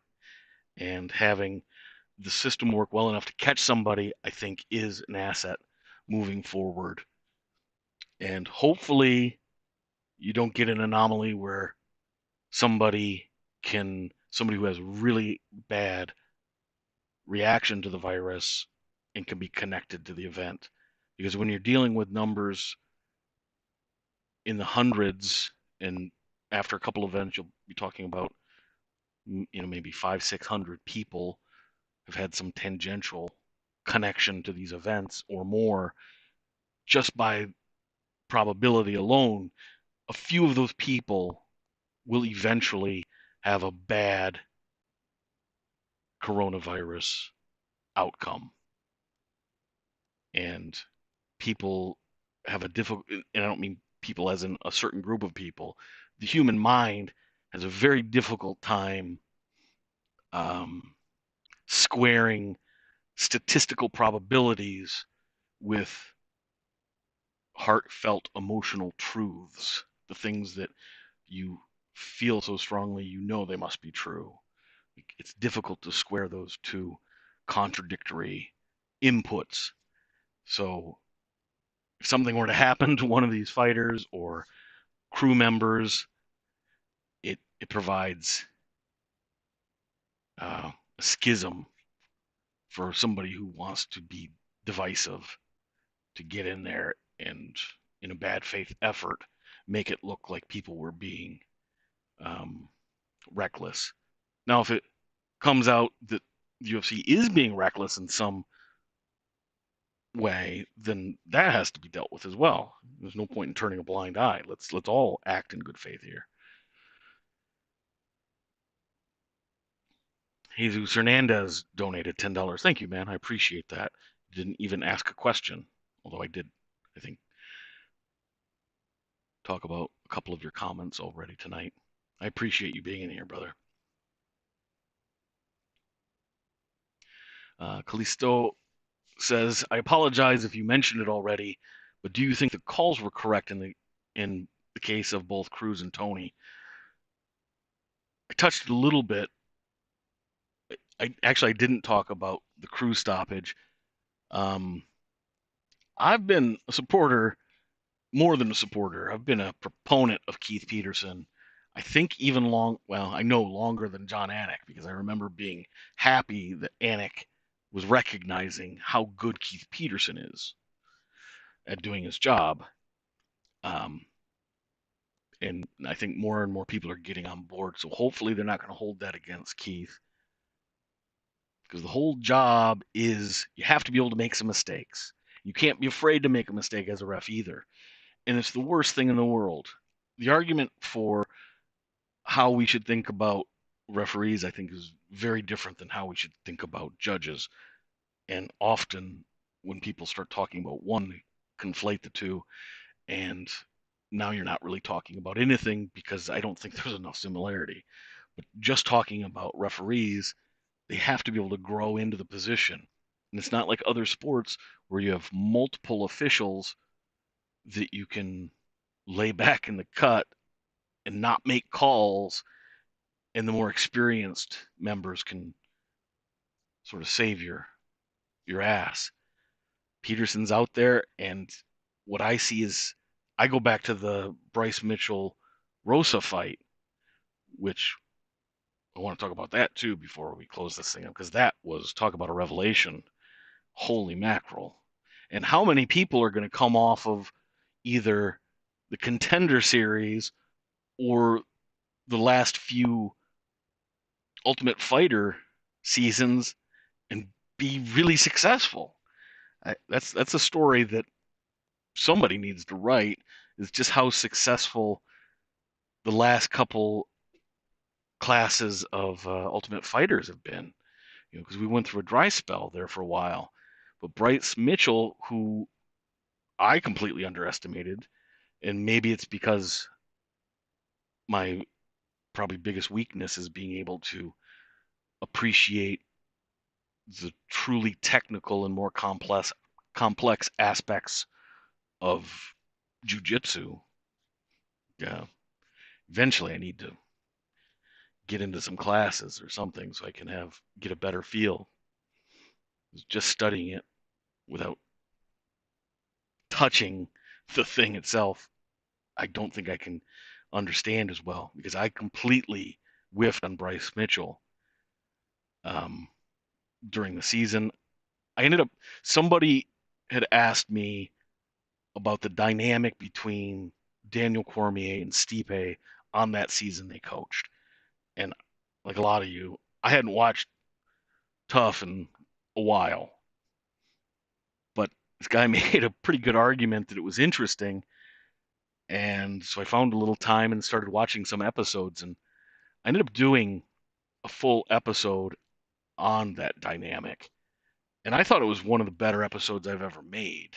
I was really happy with it. I was probably most happy because I learned so much. I had such low expectations, and that show was a gold mine for the kinds of things I'm interested in, and a lot of us are interested in with fighters and athletes in that dynamic. Oh, but the episode didn't do very well, which I don't typically think about that, especially at that point, because I hadn't had any episodes do real crazy or anything. But I thought there would be a little more resonance, even if there wasn't a ton of views, and it sort of was a mm, underwhelming response. But Bryce Mitchell came out of that, and um, Violent Bob Ross came out of that season. I want to know about the dude from New York with the gold chains, the real slick guy, like he was a millionaire somehow, but didn't have a job and drove really expensive cars. I didn't think I was going to like that guy when he was introduced to the program in the beginning, but I ended up really liking the guy, and he was so authentic after he lost. He then became a compelling character to me, and I don't know his name. I don't remember that. It's not my brain misfiring. But the dude, good looking dude, black dude, um, real braggart, a BSer, you know, where did he get his money from, all that kind of stuff. But he had, when he lost, and his big thing was nobody could beat him. He was the greatest in the world. It was like he got locked in Guantanamo Bay, and instead of playing Slayer 25 hours a day for the people being locked up, this dude was locked in a cage, and 25 hours a day he was blasted Conor McGregor interviews, which is all this outlandish bravado, and the guy picked it up. But when he lost, it was like this transformation, and he became very um, real. The facade fell away, and you could really see that all this other stuff was a paper thin veneer that he was protecting himself, and he never believed it himself. He wasn't a guy he wasn't actually delusional. He was making mental adjustments to cope with situations he found himself in.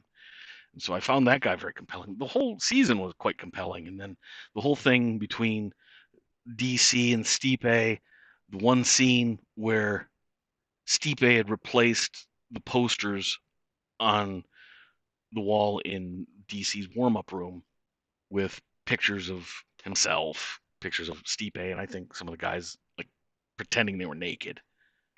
Well, DC kind of got mad and came over to their locker room and talks for a couple minutes, and then all of a sudden he says, "You want to see what a real man looks like?" And he pulls out his Johnson. You see it from behind.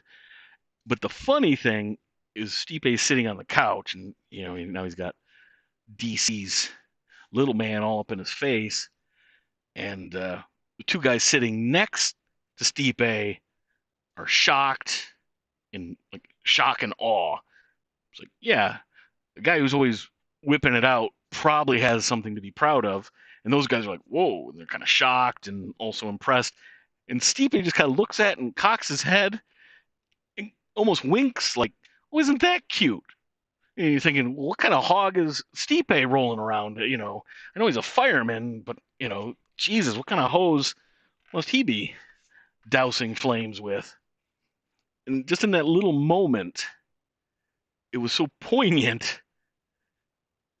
And funny enough, it wasn't until the second fight between those guys that dynamic actually came back and played itself out. Because why did DC lose the second fight to Stipe? Because instead of continuing the success he had with the ground and pound and control, wrestling, grappling control, and completely icing Stipe, he got into a cock measuring contest, into a pissing contest with the dude. And he's like, "You're not more of a man than me." It was so clear as the fight was going on, and after the 8th or 10th body shot delivered by Stipe, that scene of DC whipping out the chocolate log for everybody came back to me, live in the moment for that fight. And I thought, Jesus, Stipe is going to win this because DC can't back down. Somehow these two guys actually got their egotistical horns locked. You think about ego as a display, like an elk or something. Sometimes different animals with horns get locked in battle and they can't separate and they both die.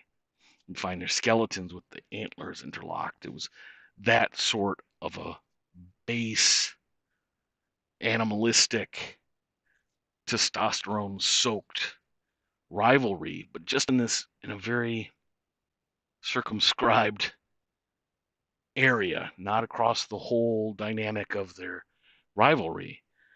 And DC paid for it, and I believe firmly that was what happened. So going back to that season of The Ultimate Fighter, there's a lot of gold there.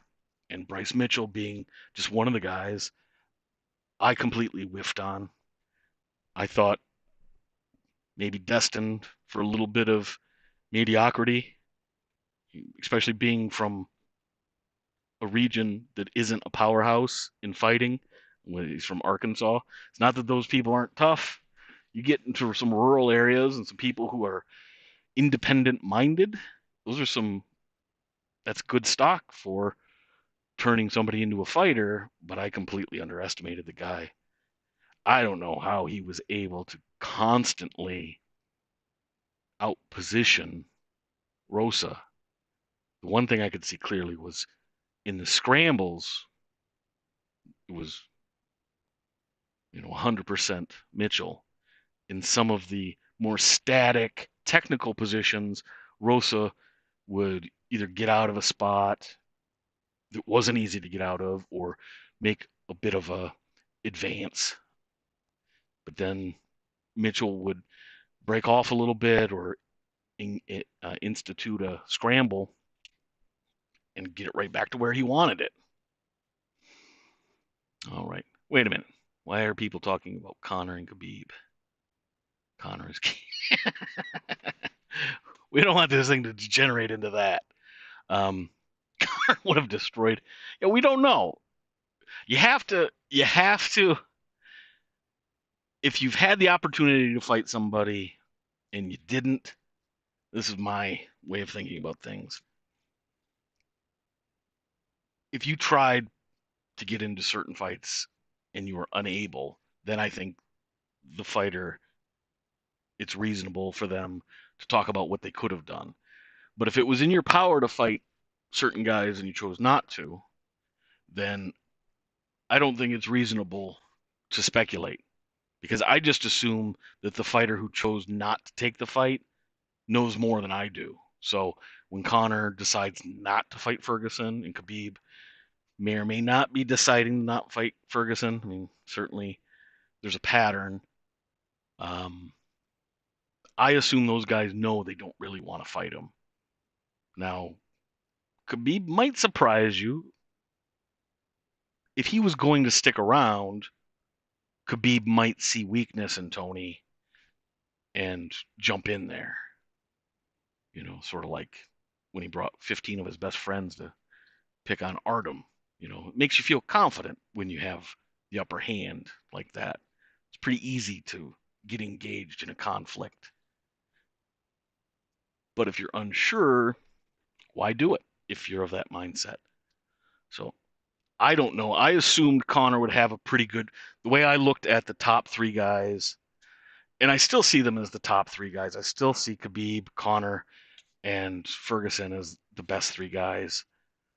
But Gaethje, maybe you now have to call it the top four guys.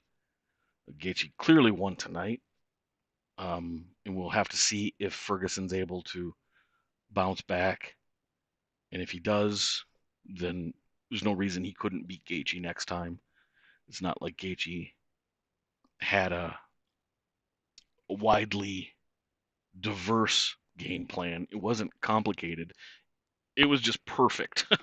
It was executed perfect. And other than there's one little lapse where he thought he might sneak in an uppercut, I mean, the guy was so disciplined and intelligent. But I still see I guess I'd say those four guys, they're all at the top. I think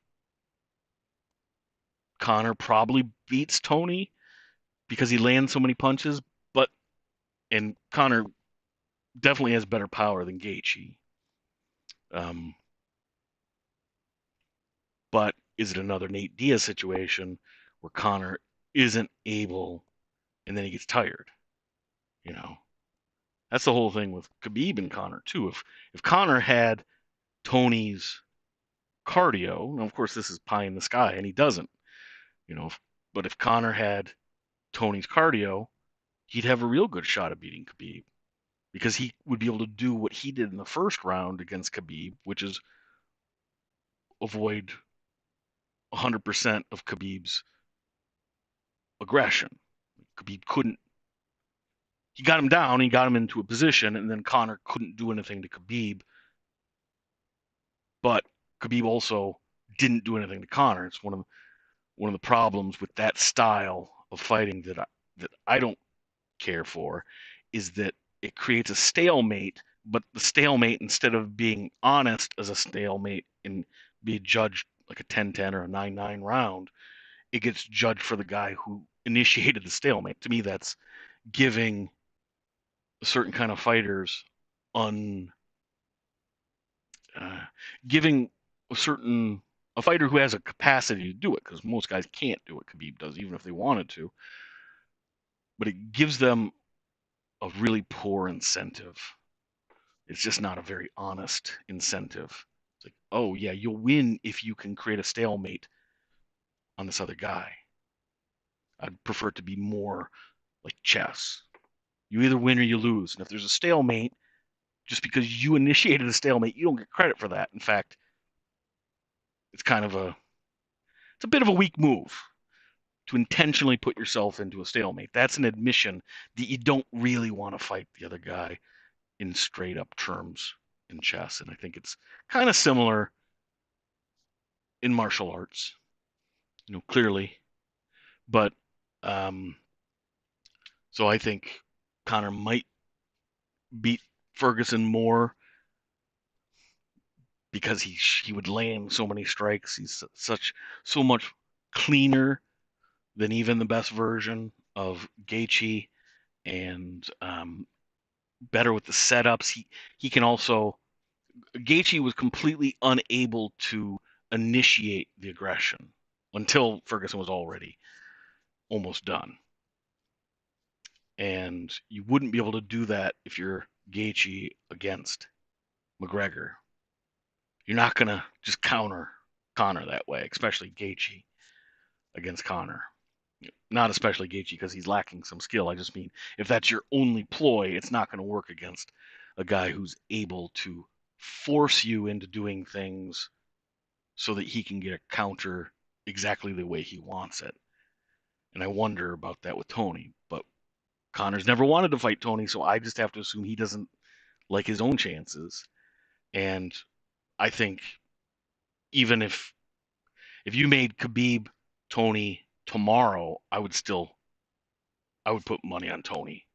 I don't think there's any way Khabib can beat Tony. I've been reticent to say that, but the more I study both guys, and particularly seeing how you can't stop Ferguson, you can't stop him. What failed Tony was enough, not having a true plan B. So Gaethje had the one thing that he was doing, and that was enough because he was so proficient at it and so respectful to the game plan. Ferguson couldn't get started. But what is Khabib going to take Tony down? How is that good for Khabib? Now you're in close. Had Gaethje allowed Ferguson close, even if he was on top, he's going to over time take more damage than Ferguson is. Ferguson's proved that time and time again. Now, I don't think Khabib will fight Gaethje either, because he's a guy that is plus on both sides of the ledger. He's a plus wrestler, he's a plus striker, and he's really a plus striker now.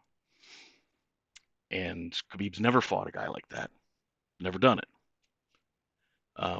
Poirier is the closest, but while I like Poirier, he has an extremely fragile mindset. And up until recently, he broke in every fight he lost. I thought he had a little bit, like maybe he could make something happen against Khabib because he came to a point where he almost broke against Max Holloway and he chose not to. But in previous fights, when he was pushed up against that threshold, he always caved. So I saw that as progression, but he just doesn't have the right tools. He's not good enough. He's not the right kind of grappler. I think in a different scenario, Poirier is a very good grappler, and he's proven that, but not against the style of a guy like Khabib. So I think Khabib loses 9 or 10 times out of 10 to Ferguson. I think Khabib, I don't know. I haven't thought about it enough to think about him against Gaethje. He should have to fight Gaethje. I mean, eventually Khabib should have to fight the number one contender. That's my position. I know that's not popular with, the real Khabib diehards. They don't think he should have to fight anybody in the top 5. I think it's interesting that nobody's ever mentioned that Khabib has only fought in 3 main events in his career. That's good work if you can get it. Kind of avoiding the heavy lifting, but he was able to manage it, and he was able to, the guys he did get scheduled 5 rounds against, they're the kind of guys that it's okay to be scheduled 5 rounds against. Where Gaethje if he's going to be a little more patient, I think he's going to see a lot better effect in his gas tank as well. That'd be my guess. So I don't know. I'd have to really think about it more. What are your thoughts? Does anybody have any thoughts on Gaethje versus Khabib? I have a hard time even thinking about it happening, because I just don't see Khabib wanting to fight him. And now that they're both under the same management group, uh, he can incentivize Gaethje to sit out. You know, there was one other interesting thing about the countdown show with Gaethje and Ferguson. Gaethje admitted that he'd been sparring 7 to 9 rounds a day since early January, which Gaethje doesn't stay in Colorado, except, he doesn't do the full training in Colorado except for when he's in training camp. He's never done that. He's talked about that extensively. He has these two seasons. He has his fight season and his off season. Never the twain shall meet. Yet, suspiciously, coming into the Khabib Tony fight, somebody puts a bug in Gaethje's ear that he might want to train. Smart. Because Gaethje's never been the guy to, I'll just be prepared, and if somebody drops out, that's not his MO. Yet he had a reason to think he would get a shot here. So who knows if that's the case? It's sort of like Khabib's tantrum after beating Conor at 229. When I saw that originally, it looked orchestrated to me. And now, after the fact, and I've looked at literally 30 different camera angles because there's all these cell phone um, camera angles that you can get if you dig far enough.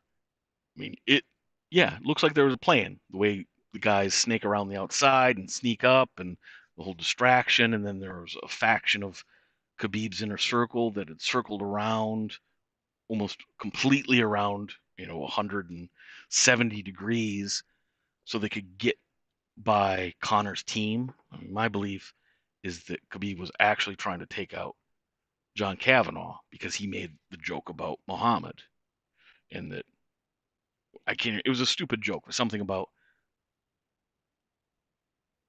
it was comparing Jesus and Muhammad, and I don't know. Wasn't very funny, but it also wasn't offensive, unless you're Khabib, and then you're offended by everything, of course. Very thin skin, that guy. And so I thought that was orchestrated, and I thought it was pretty clear. And so I just mentioned something on Twitter, and I was surprised that people thought that was ridiculous. And so I just sort of left it alone. It's kind of a similar thing with, because I'm not a conspiracy person. I'm not excited by that kind of speculation where it's only fun to talk about if you don't get into the facts. To me, you have to keep digging, and if you dig, sort of, if you're an archaeologist or you're a paleontologist, sort of a GSP type fella, and you think you've got a great find, and you find one bone that might be this great specimen, it's a great fossil rather, not a bone, but if you keep digging and there are no other parts, you can't just make it up and pretend you've got the whole animal. You might have one piece that's really important, but you don't have the whole thing. And it's the same. That's my approach with trying to figure things out that we see in the sport. If I think something might be happening and I dig around and I'm not getting immediate confirmation, I'm not going to keep digging because there are too many other sites worth my time. And if I keep digging, eventually there's going to be this equation in my head that I put in all this effort. I've got to find what I'm looking for. And so now, whatever you uncover, you're going to find a way to make it fit into the narrative you're trying to create. So that's why I dropped the whole thing wondering about Khabib and his team orchestrating the ruckus after 229, and similarly with Khabib's manager sort of rigging the system to get Justin the fight against Ferguson. Just so happens somebody told Khabib to leave the U.S. He's never said who told him, and nobody's ever stepped forward and said they told him. And why would somebody tell him? It's 99%. That's not even the kind of language anybody in the UFC would use, especially at that time period where there's so much uncertainty. But anyways, it's a lost point. So I'll go through a few more questions. I really appreciate everybody jumping on this. I really enjoy doing the post-fight thing. It'll be so much better when I can get the live call-ins and get a hell of a lot more direct interaction with everybody. Then you guys could be jumping on the phone and talking directly, not just typing and hoping I can walk and chew gum at the same time, which I can't always do. I'm not good at multitasking. I'm actually not. So I get talking and I'm not good at reading the comments scroll by. So a few more thoughts I had about the fight card because it was just so good. The Pettis Cowboy fight.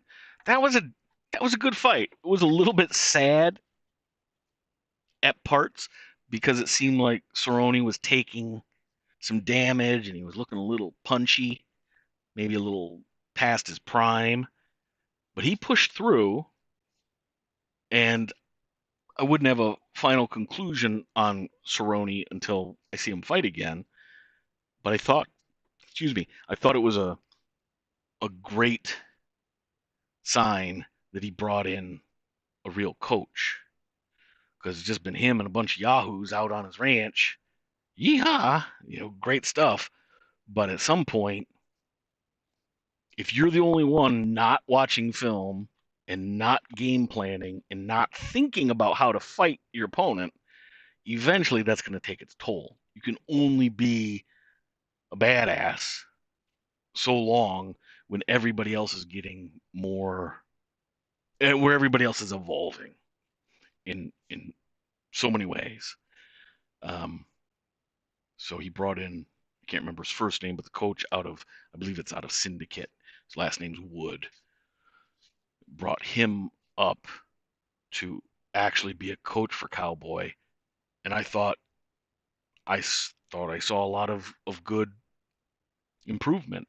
Not like improvement in technique. Cowboy has all the technique he probably needs. It's putting it together, having that mastermind, like we talked about the Greg Jacksons or the Farasahavis or the Trevor Whitmans.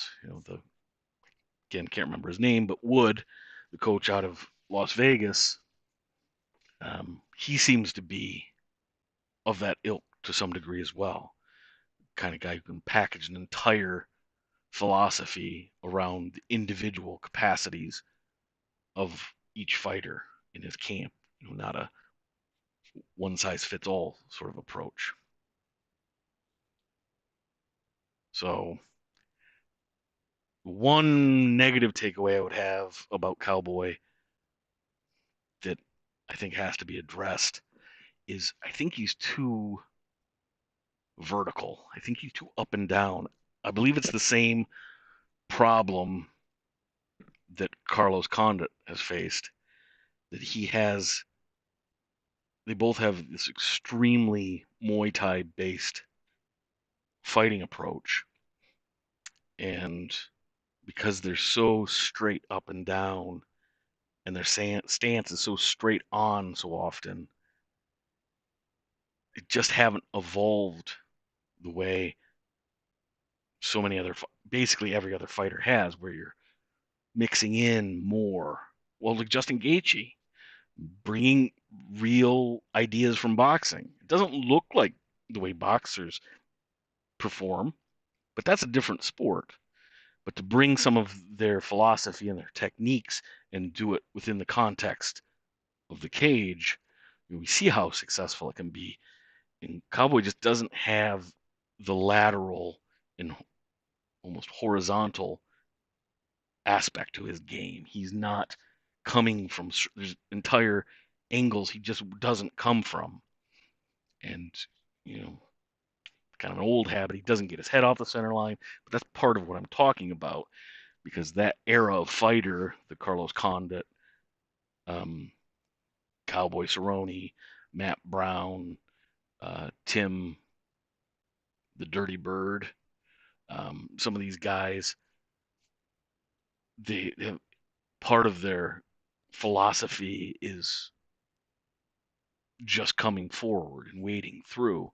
And the way Carlos was able to beat Dan Hardy, just we're both gonna throw our best punch, and I'm pretty sure mine's gonna destroy you, and yours is not gonna really affect me.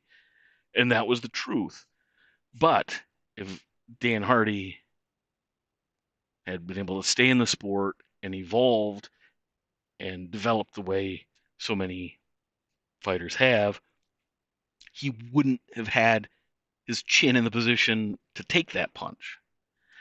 And so my concern for Cowboy is that that's a big thing to address. It might be more than what can be reasonably um, changed. So part and parcel of the man's ethos.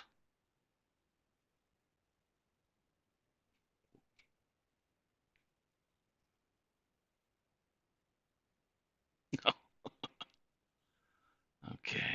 Somebody's being insulting. That's all right. I think they'll lose steam and go away.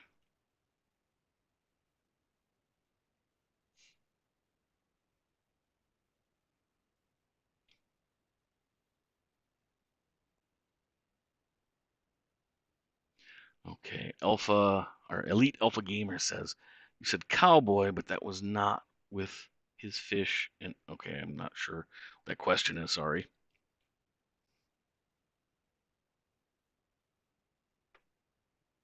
Okay. Don't mean to jump in the middle of some people's debates. I'm glad that the chat forum can go in that direction as well. I like that dynamic. That some of us can be and riffing on what I'm talking about, and I'm riffing on your responses, and then there's completely other conversations going on insular to the external. I like that. Maybe it's chaotic to some people, but I think it's pretty cool. I appreciate that. Okay, feels good men says, I've never seen cowboy flow. That is maybe the best way to put it. Maybe that's what I was grappling to come up with. Doesn't have flow, and like when you see him follow through, if he does a over 1-2, a big right hand too, and misses, or even if he hits, he follows through so far, and then if he brings up a kick, it's all very awkward because he's not flowy, and he doesn't spread out his stance, he doesn't spread out his technique, he's not adept at lateral movement. So I think that pigeonholes him a little bit, which is the reason his head's where you expect it to be when you're firing back. I don't think Cerrone actually doesn't know that he should get his head offline. It's almost like a person who isn't flexible, and then you throw him in with Eddie Bravo to teach him the rubber guard, and he's like, Jesus, you can't do it. Well, no. First, you have to be limber enough to even think about some of these techniques. So, again, maybe that's another point that Cowboy isn't going to be able to overcome that aspect. Another, the Kelvin Cater Jeremy Stevens fight. I thought that was interesting. I'm assuming everybody knows the results of these fights, so I don't have to go through and say who won and all that stuff, right? We all watched it. So that fight I found interesting because Stevens came out so well, had success, won the first round. Cater sort of sputtered, was never really able to sustain any pressure, sort of hit or miss. And what I found, and I think I've seen this in Cater before, but it's not a completely developed idea on my part, is that he's so technically minded, and I think pretty sharp on his understanding of what he's trying to do, that when he's a little bit off, sort of like starting an old sports car after it's been sitting out in the rain for a while, it's just not going to start. But you got a 20-year-old Mazda that's been out behind the barn, not driven forever, put a new battery in it, starts up, and you can drive it to work for the next year. Some things, as they get more precise and more technical, they're also more fragile, and I think that's part of the balance that you have to strike as a fighter, that you get up to speed on the technical aspect of things, but you don't get so that you're not missing the forest for the trees, or missing the trees for the forest. Either way works. But that's what I was thinking with Caters. He was just like a mistimed engine, and sputtering. He would hit a little bit of speed and then nothing. But then you saw, once he did click in, it was lights out, and he couldn't miss. And he was able to actually bring to bear all this his repertoire of technique, and it was great. And anybody who can beat Burgos is someone to watch in my book, because I really like that guy. I really, I think he has a lot of the right ideas and is a tough fight. So if you can survive, I think his nickname is even the Hurricane. So if you can survive the storm of Shane Burgos, and your technique serves you in that sort of crucible, then and then he proved it again in the crucible of Jeremy Stevens, that guy's gonna be around. He's a true contender. Um, but it was interesting to see him sputter a little bit in the beginning. And Jeremy Stevens, he's got a career as long as he wants it, because he's exciting, and he's gonna go forward with wins and losses, is what I suspect. But there'll always be exciting fights. Um, a couple more points. I wrote down a bunch of stuff. Oh, the Alexei Oleinik versus Werdum fight. I had this crazy thought that just flashed through my head in the lead up to the fight. I was like, what if Oleinik just, boxes him up? What if he just because no, but I didn't. That's the least likely thing, and to some degree, that's what happened. Now, Werdum definitely looked soft around the middle. I don't know if anybody else thought that. He, I also wondered if he was going to come in thinking like, I got this, because he's done some pretty dumb things, sort of like just bum rushing Stipe the way he did, and he gets it in his head. This is the same dude who was butt scooting across the canvas in his first matchup against Overeem. So inside this guy, he's got that, is something that he is willing to do, and then he's also a madman, throw all caution and intelligence to the wind, and just go knock out a guy who can clearly also knock you out. So he's a wide ranging fellow. Which is kind of interesting. I hadn't thought about that before. Um, he's the kind of guy who I think he's really clever, and sometimes being clever wins him things, and sometimes his version of clever is actually stupid, because he's not adjusted for the context. Perhaps he doesn't have enough data points. I'm spitballing that because I don't have that many instances to go off of, but to have such a mercurial career, I think it speaks to that he has sometimes he trusts his gut perhaps, and it really works out, and then sometimes he trusts it when he should be trusting a game plan. Um, Again, I think the only way to correct something like that is with a strong coach that you have a lot of trust in. But you know, the guy's 50 years old or however old he is. I not that old, but um, probably not going to correct those kinds of things. Pulse reloaded. Fabricio was robbed, and so was Elvie. Yeah,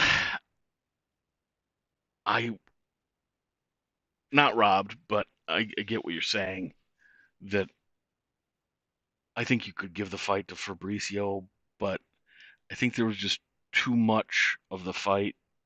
There's too much of each round that Fabricio just didn't even have a hand in what was going on. He was completely controlled, either through the striking or grappling exchanges by um, Oleinik. So that was my opinion, but I didn't score it. I wasn't perfectly focused. That's the kind of fight that I would have to watch a few times because I wasn't seeing everything. There's so many weird things going on. It was disjointed. If you're not sure what to expect, sometimes it's if you're being honest, it's difficult to know what you're watching because you're interpreting at the same time you're trying to simply focus. Where if you kind of know the rhythms and the patterns, you can anticipate and your eyes are ready to see before the things are happening. At least that was my experience with the Werdum fight tonight. So, yeah, maybe I watch it again. It's clearly should have gone to Werdum, but there were so many moments where he was just flat-footed and dumbfounded. There was so much of the fight that was the case. I can't get all heated up arguing on the guy's behalf. Um,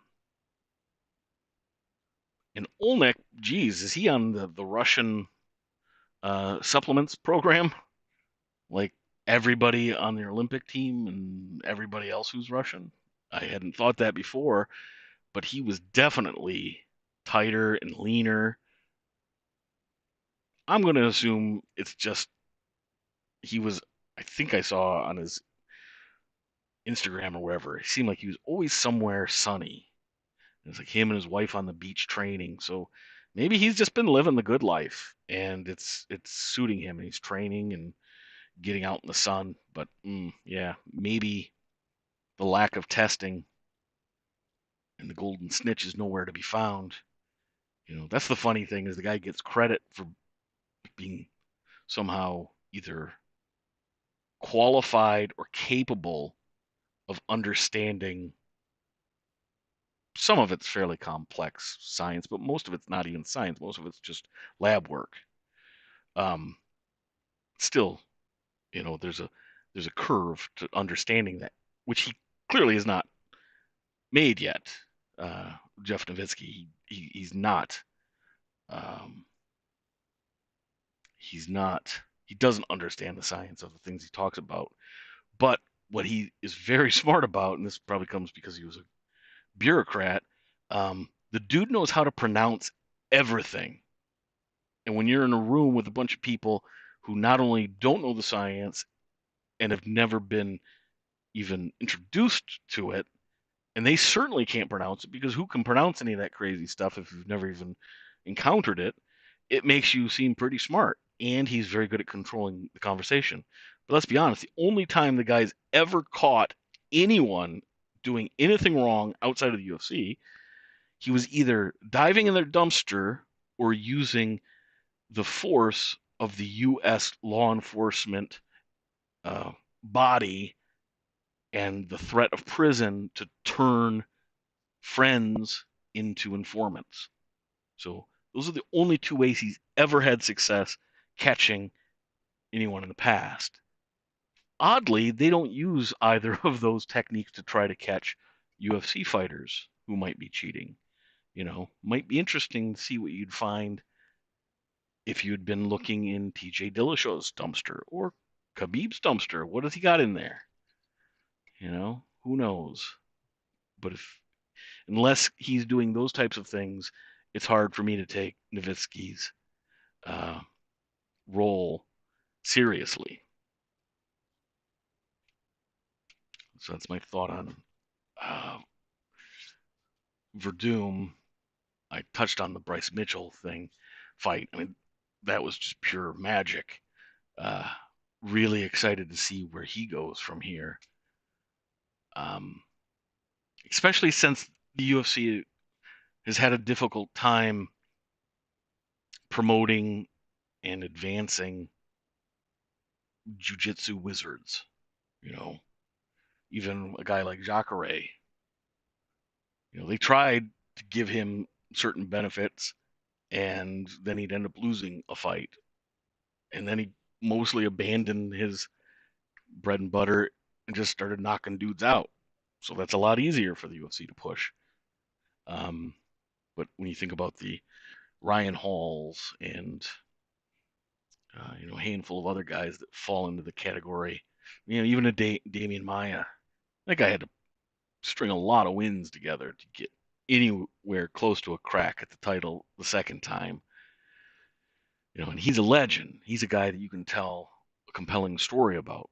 He's not compelling to listen to, but his fights often, not always, but they can be quite interesting. So it'll be interesting to see with Bryce Mitchell how he moves forward. But he's so damn dynamic and aggressive. You don't have to know much about grappling to appreciate what he's doing.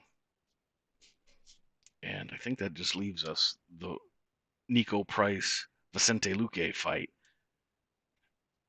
And they are a study in contrasts as well. Vicente Luque being a guy who's capable of holding a game plan in his head. I say that because I don't think Price is. Yet Nico Price has. I was trying to, when I was writing notes during the fight, trying to figure out what I was actually seeing with him and across his other fights. And it's like he has this natural animalistic instinct for creating scenarios where he can deliver damage, and oftentimes comes from unique angles and strange techniques, if you want to call them that. They're not coming out of most coaches' playbooks, that's for sure. Yet he has a lot of success. Problem is when you're so unorthodox with your offense, you're probably, unorthodox with your defense, but there's no such thing as really unorthodox defense. You just don't have defense, and that's Nico Price's situation, I think, in a nutshell. That if he can get you into the muddy waters, he's going to have a time with you, and you're going to be surprised at all the crazy things he can land on you. But if you, over the long haul, if you can force him into a slightly more structured, back and forth, more technical situation, he's just not going to thrive. Not because he doesn't have the offensive potential. I think offensively, he could win pretty much any fight in the division. But I guess it wasn't really until tonight that I realized just he has no defense.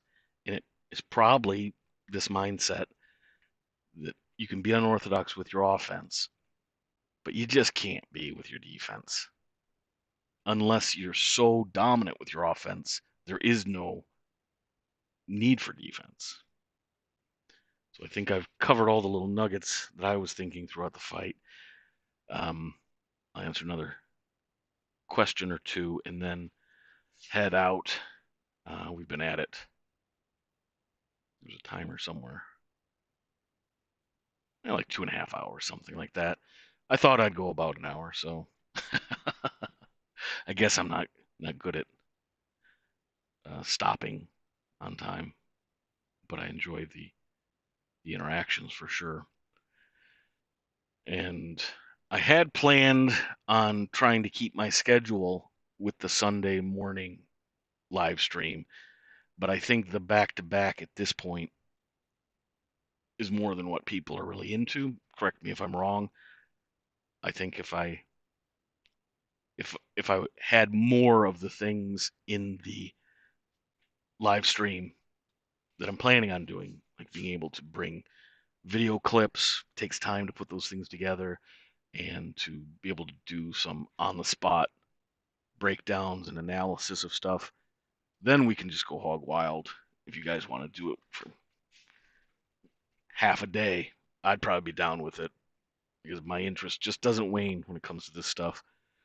And particularly getting people on board so there can be more voices and more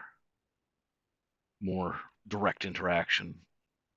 Both those things are coming sooner than later.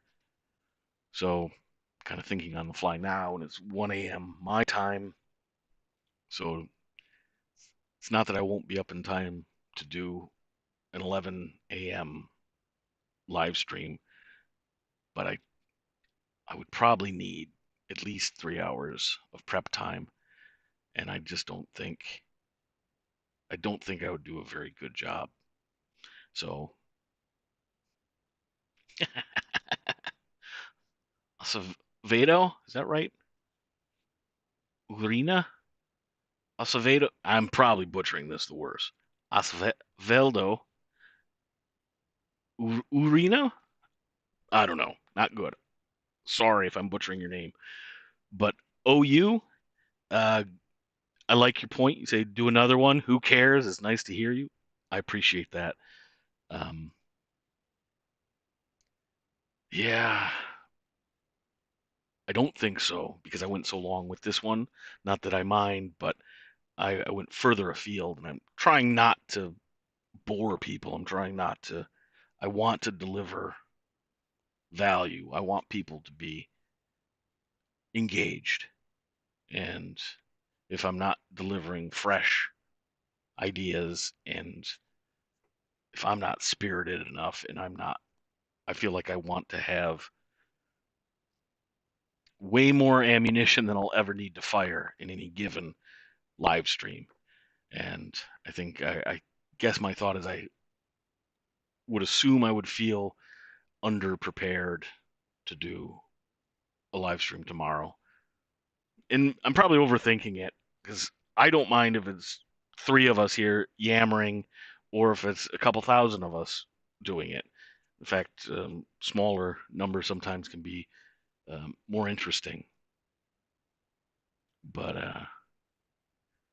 yeah, so maybe let me know what you guys are thinking. Maybe I do a midweek. Well, actually, we have fights on Wednesday.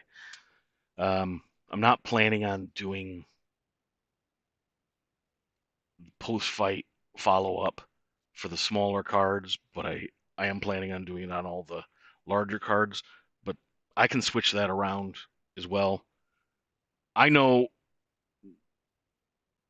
the whole time I've been a fan of, well, really any sport, but especially fight sports, I love talking about them right after the event or listening to people talk about it. And I'm not a huge fan of the UFC's production, their post fight. Sometimes you hear interesting things from the fighters, but you take the formula is what I don't care for. It's all these short segments and it's 15 producers talking in everybody's ear. And you have a couple old fighters and then some random gal gets pushed in there to lead the conversation. And I think you just got to stop all that. It's and now's the time to do it. Bring in Laura Sanko. You don't need some random woman who may or may not be contributing. Just like don't bring in some random dude. What makes it easier, I think, is they have so many fighters to choose from. Uh, they eventually find ones that do a pretty good job. Although strangely, they bring in fighters who don't do great jobs, who don't have great personalities on air. Um, but they kind of let them keep going at it.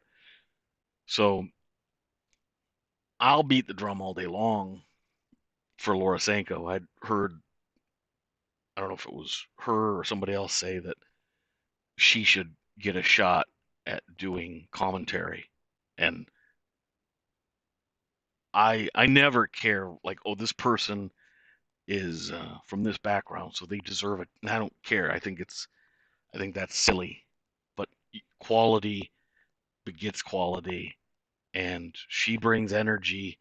I think pairing her with DC and Anik would be amazing. That's probably not the way they would do it because you'd probably want to wedge somebody a little more technical. Although I think Sanko could actually provide that role.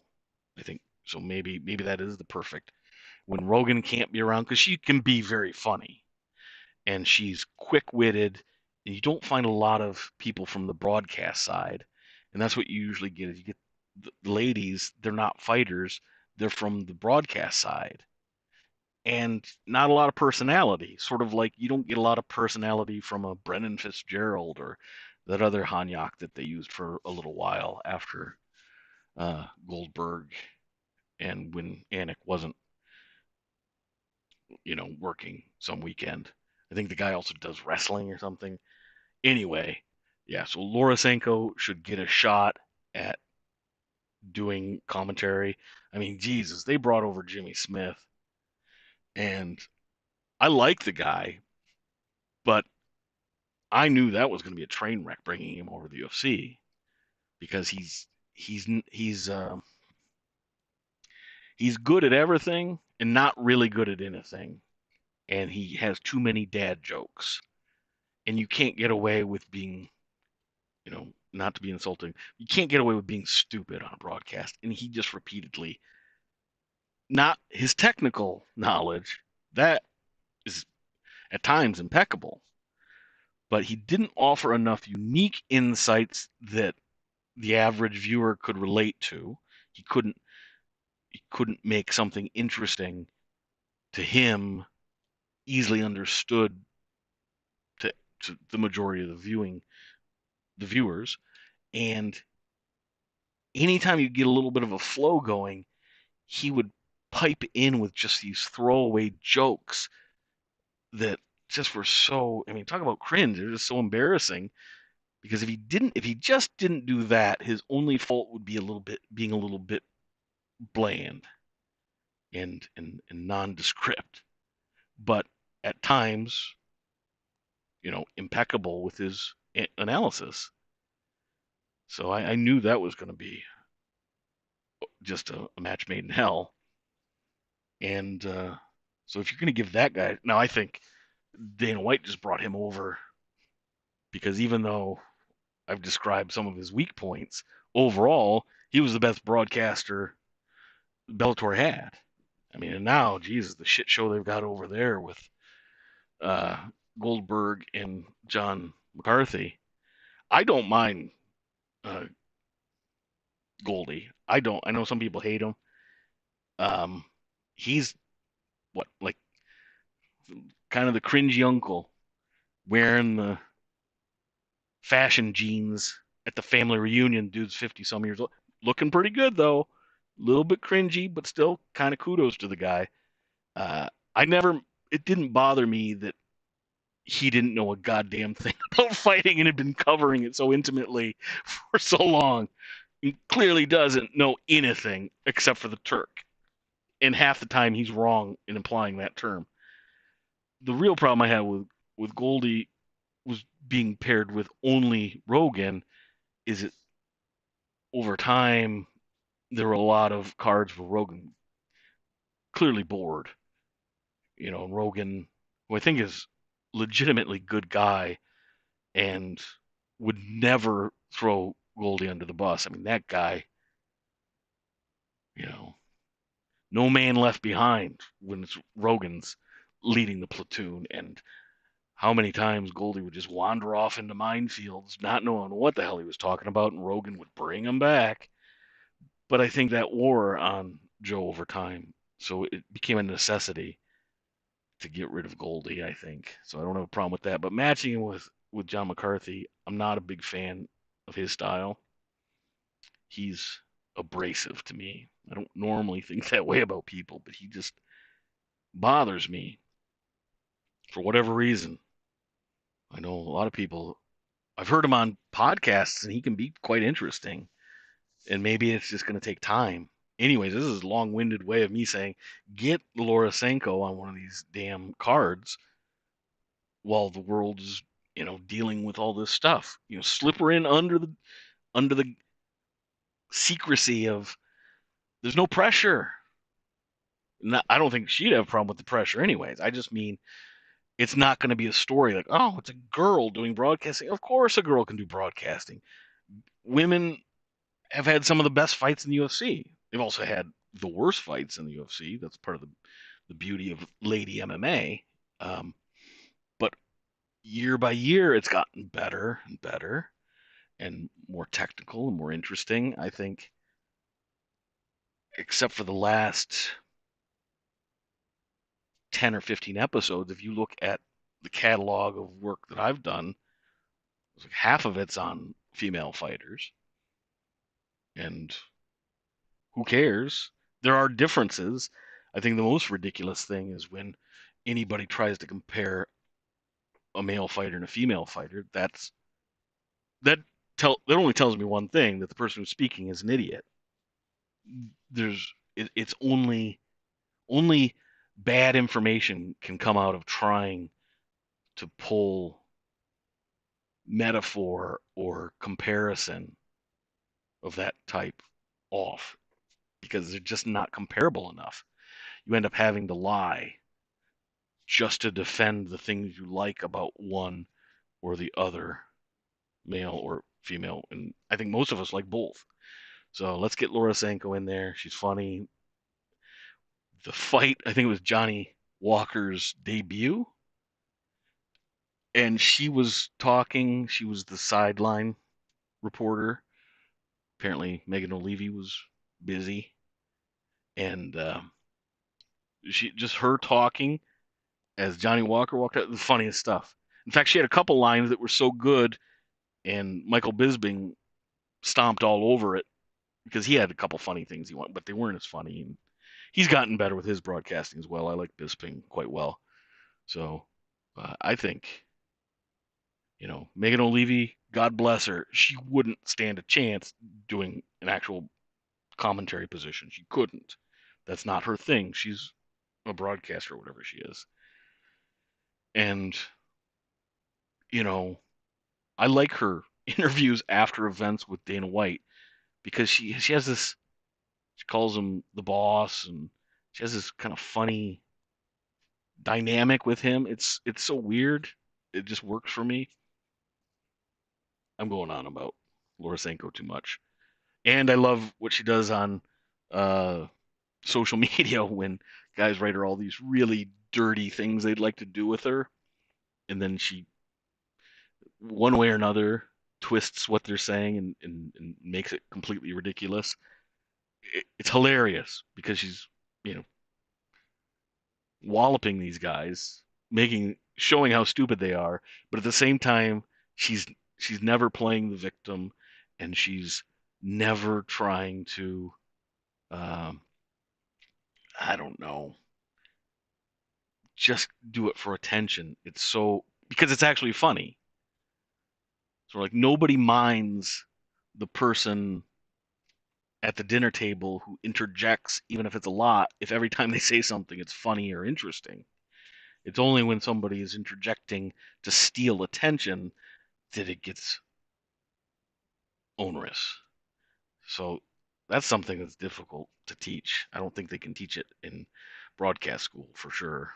So anyway, there we go.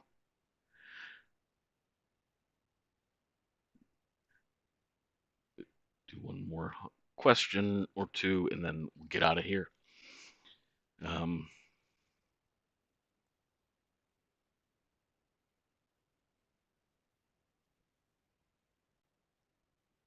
It's a little bit difficult because there are conversations I have to skip past. Jesus, or Jesus says Goldie was cool. He did crack. Did he? Is that something I missed?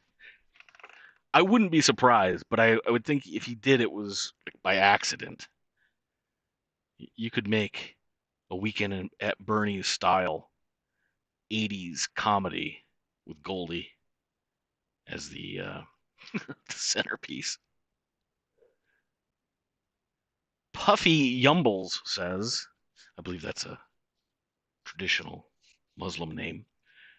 Do you think Tony couldn't elbow because Gaethje has shorter arms and was throwing hooks?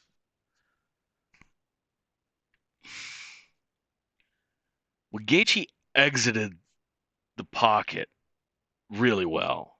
That wasn't mentioned at all during the broadcast, and I haven't been able to watch the fight again, so my perceptions are limited. But that was something I noticed. He was exiting so well, and but not just circling the way less experienced guys or less experienced boxers typically will do.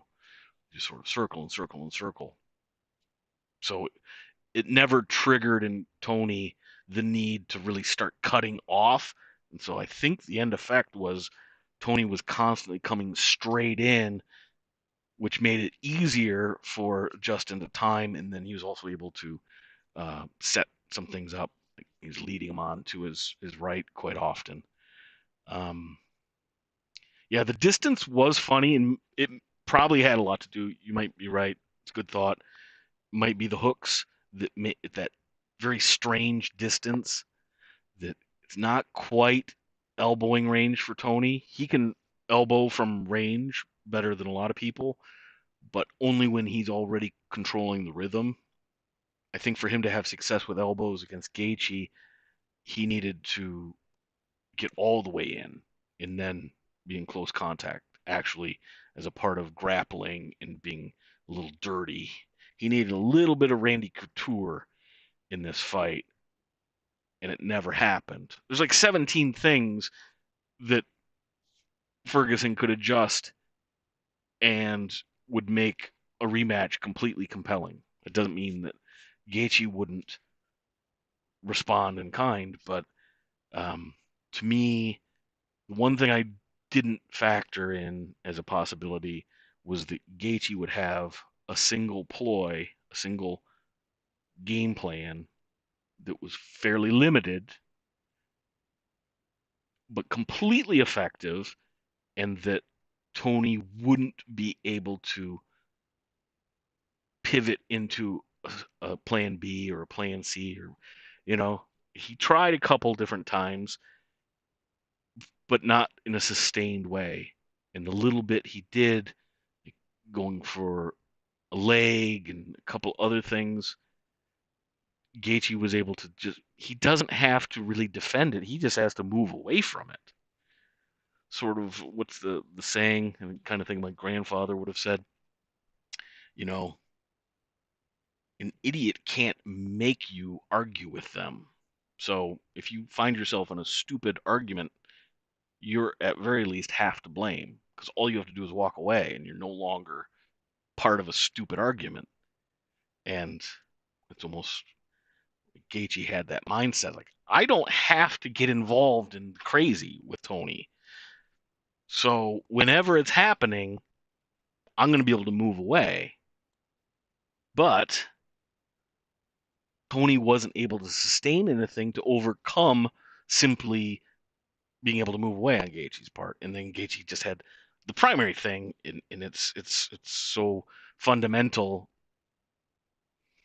that it's maybe more fun to talk about the more eccentric parts of the fight. The thing that really mattered was Gaethje made Tony pay so often for his aggression. I mean, that's the long and short of it.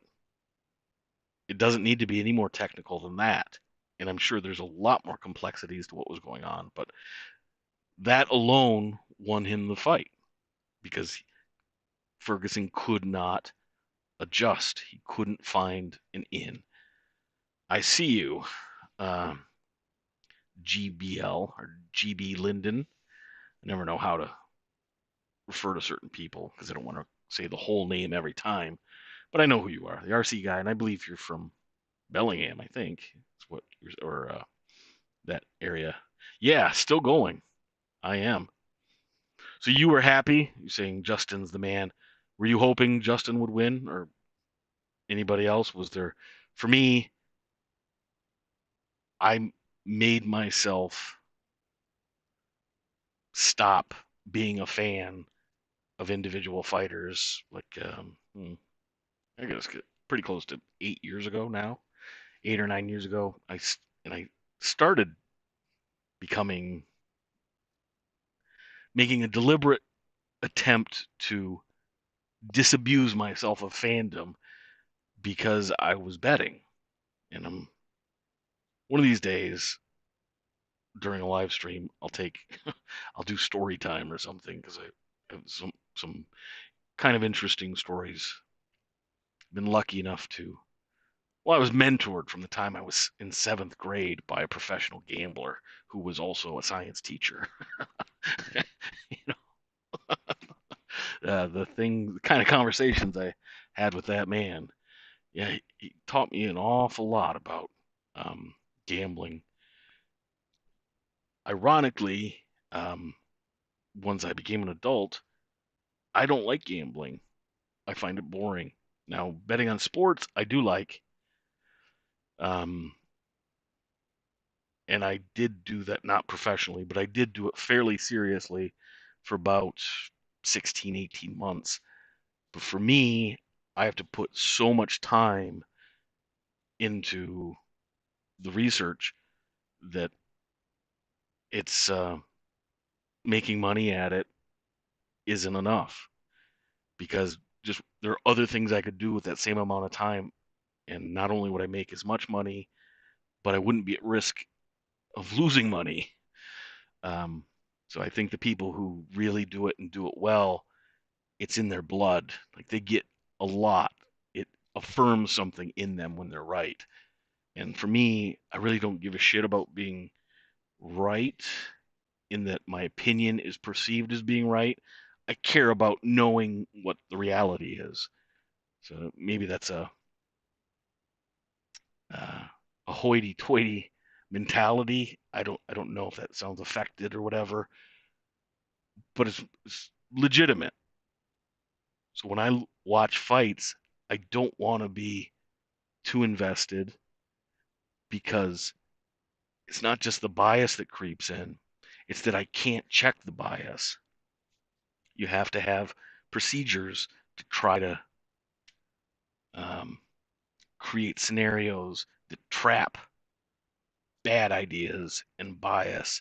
And if you allow yourself to think in terms of fandom, then it's impossible to clearly um, evaluate. I think politically it's similar. And I was a double major undergrad in English literature, and then eventually got really into political science, and so that I double majored. And I love political science. I love the philosophy that uh, I love the philosophy that so much is based on, and the discussions and the arguments. I find that so compelling, and I just don't give a shit about politics on the ground because um, I guess I'm not a team kind of guy, and it's not that I don't have opinions, but one of the most uh, it's a huge fallacy. People say, and when I was a kid, I'd hear people say this, and I kind of took it for being true without thinking about it. But they say if you don't vote, you can't bitch. But the most partisan act a person can do, in a free society, is vote. It it does so many things psychologically uh, that it basically puts you on a rail, like a train, and you have no choice anymore. Very little choice. You'll defend your team and all of that.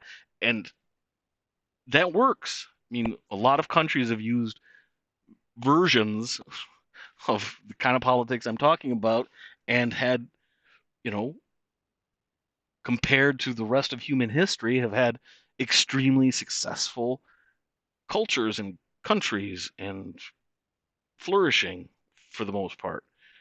But for myself, I'm just not that kind of animal because I don't want to be to the point where I'm arguing something I know is wrong. When I was a kid, I'd get into some of that stuff, and it always made me feel sick for days. And I can't do that with fighters. So the last true fighter that I'm a fan of is Carlos Condit. So anything I ever say about him, yeah, take it with a grain of salt because I love that guy. I when I decided I was gonna bet and that I needed to not be fan of anybody, I thought of who I was a fan of, and I thought I just can't. I don't think I can honestly go into a Carlos Condit fight and divorce myself from how I feel about the guy. He just viscerally embodies something that I can't put words to that I just value. Maybe it's as simple as saying the dude is a badass, but you know, a less articulate way, but maybe it's the most correct way to think of it. Um, so it is kind of funny when people assume that the reason I made certain episodes about Connor and Khabib was because I love Connor or I hate Khabib. I mean, it may just be that I'm an idiot. Maybe I did something that was bad, or maybe I missed the point, or maybe you missed the point. But the one thing I know is it would make my wife laugh because it's one of the few things that she would bring up. Because I think I've mentioned this before. She hates comment sections. So sometimes at night after I'd been working, we both were home, and if I put out an episode, I like to spend a lot of time in the comment section responding to people and encouraging discussion and taking part and whatnot. And so I would read a lot of comments, and I would just do it because I was doing it, and she would kind of stick around. And ultimately, she said she really enjoyed it when I would do that, um, because I would read these horrible comments, and then I would just laugh my head off because half the time there was some element that was either funny or absurd. But what would actually make her mad is when people would just go on and on about me being biased, and she'd go, if these people, they might not like anything about you, but if they actually knew you, they would know that was the one thing you're not. I'm like, yeah, but that's not an argument to people who don't know you. And it just would be very frustrating to her. So I guess my point is that don't assume that because you disagree with me, it's because I'm biased. It's probably more likely that we either aren't talking about the same thing or I'm wrong, maybe. It's way more likely I'm wrong. Mexican martial artist. Good to see you, my friend. I've seen some of your work and I like it. Uh, you're a good guy in the community. Thanks for stopping by. I appreciate it. And he says, Tony probably should have sparred for this one. I think he said he did, didn't he? Or at least he was going to. But yeah, I don't know. I think I think it I think it was inevitable based on how everything came together. Not inevitable in that there was nothing Tony or Justin could have done that would have changed the outcome, but it's reasonable. The dude won 12. He's got the longest winning streak in lightweight history.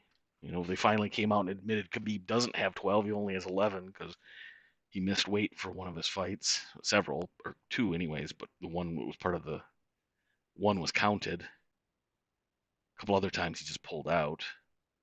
So he's got the longest win streak and against the best competition. So um, he's losing a fight doesn't make you a slouch. It's inevitable.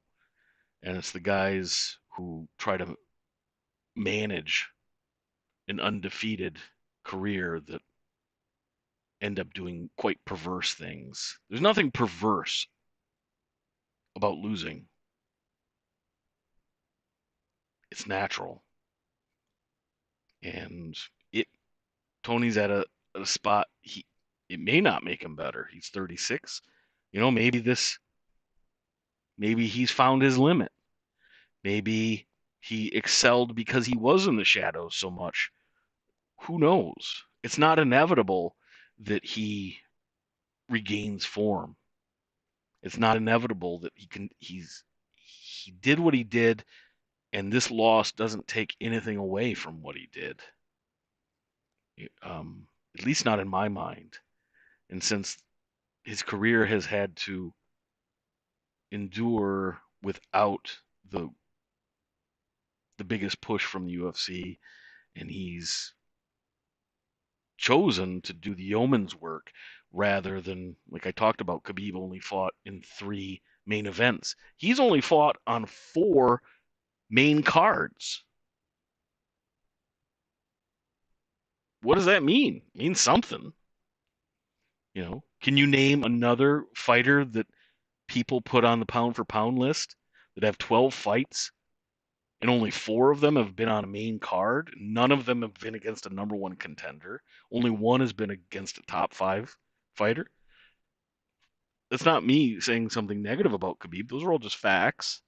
And Khabib is really good at managing his career. And when he does go into the octagon with somebody, he's always taking care of business. But that doesn't mean he's exciting. Now, he maybe if you're a fan, but it's not like there's a school of Khabib style wrestlers that are getting off on it the way uh, grappling and jiu-jitsu fans, salivate over a Damian Maia fight. So nothing's inevitable with Ferguson. I'd like to think that he could come back and learn. I think that's the most likely thing. But what's his path? There's no reason. What's the reason for a rematch with Gaethje? Because I think most people are going to walk away from this and they're going to say, "Oh, he destroyed Ferguson." Look, the fight was much closer than it ended up looking like at the end, and that's the way it works when you've got guys that put it all on the line. Sometimes the very end, sort of like a good book or a book that you're really invested in, 3/4 of it or 90% of it can be great, and the ending is just crap. But that doesn't mean that the whole suddenly the writing was poor in the beginning. No, it was as good as you thought it was. It just went off the rails at the end. So the Ferguson Gaethje, that was a great fight. And I think if people are taking the shortcut and just looking at the end and maybe listening a little too much, especially from DC, and Rogan just always has periods where he has no idea what's going on in a fight. It's so strange because the guy knows so much. There's no more experienced viewer than that dude. You know, he forgets more every day than I'll ever know. But he has these little blind spots throughout an event where he just clearly doesn't know what's going on in the fight for very brief moments. And then he usually says goofy things. But he's also, I think, kind of aware of it and often will apologize. Like when he said, when he just was so shocked by Khabib's lack of technical acumen in the fight against Iaquinta, the 2 rounds that Khabib couldn't take him down. Well, it was just shocking because Joe's never seen a guy that's that highly ranked and that good at what he does and then just doesn't show the technical things you expect to see from a professional fighter. and in the moment, Joe wasn't equipped to realize, like, yeah, well, okay, there's pluses and minuses, and so if you're going to become the very best at one thing, what's the likelihood you're going to be better than average at anything else? But Joe came out and he apologized, but he wasn't wrong. He was right. So I think Joe and DC a little bit made it seem like Tony was getting shellacked from the beginning, which isn't the case at all. Um, so it's too simplistic to think that. And um, I think it is likely he comes back and does well. But is he going to get another shot against Gaethje? Probably not. There's no way Khabib is ever going to fight him. Never, never, never. I didn't think there was anyways, based on this weird pattern. It's probably very random, but might have meaning. And again, Connor's not going to fight him. And once you get shut out of that top three like that, why would Dustin Poirier fight him? Dustin was saying he wanted to fight him, which I thought was a horrible matchup for Dustin. But now, why would Dustin? Way too much risk and way too much uncertainty for whatever kind of reward. So, way at the beginning of the live stream, it was asked if possibly Ferguson was going to become a gatekeeper, which at first blush is ridiculous. But as I started to play it out in my mind while talking about it, like, yeah, maybe that's what he's always been because of because of the various um, because of the various personalities and incentives and goals and all of that mixing together, plus Tony's own personality. He's more comfortable as the outsider. Well, he may truly be the outsider now. Um, but my guess is if he is, he's going to be that Ronin type of uh, fighter who travels the world in darkness, dispatching those who dare to confront him, but never getting the top fights because there's just no incentive to take on Ferguson. He had to have all these fights and be the most exciting guy for 7 years to even get the whiff of notoriety he's gotten in this buildup. All right.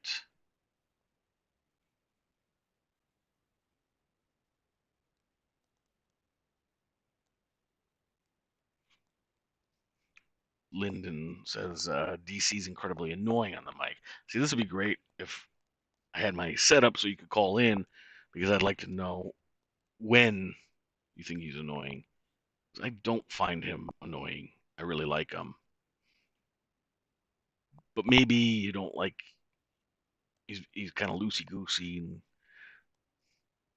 very intentionally puts his emotions on his sleeve for everybody to hear. I find it authentic, but I think if you didn't take DC as being authentic, it could be annoying. So that's my speculation.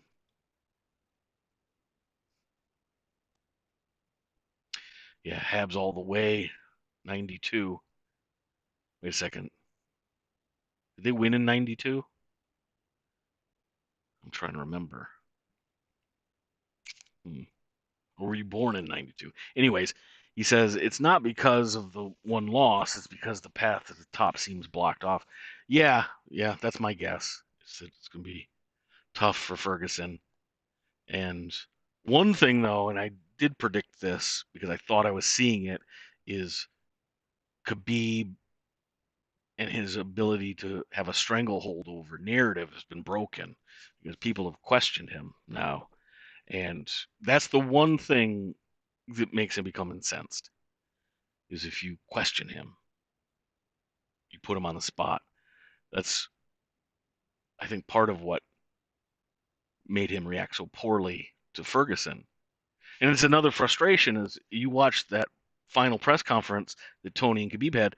And Tony, you know, he's got a whole condo in Khabib's head. And that guy is a Fort Knox of a mental, he's got a Fort Knox mindset. Khabib does versus everybody, and he's Ronald McDonald when it comes to Tony Ferguson. The guy's a complete clown whenever he gets around Ferguson. He can't comport himself in any approximation of how he would like to be portrayed, uh, which I find fascinating. Maybe it has no effect in the fight, whatever. But I'd started to say early on and didn't finish the point is I think the biggest loser out of all of this is Khabib because there will always be an asterisk on his record if he doesn't fight Tony, especially if Tony has another win or two before Khabib retires. I'm sure this event hastens Khabib's interest in getting the fights done and then getting out. I think what he'd really like to do is fight in the UAE. Is that right? Am I saying it right? United Arab Emirates. He'd like to fight there 2 more times, and so that means I don't know if they'll be able to because of the pandemic, but going back this fall, and then he wouldn't fight again, and he'd go back there in the fall, or possibly Brooklyn, because those are self-serving places for him. That's where he gets the most traction.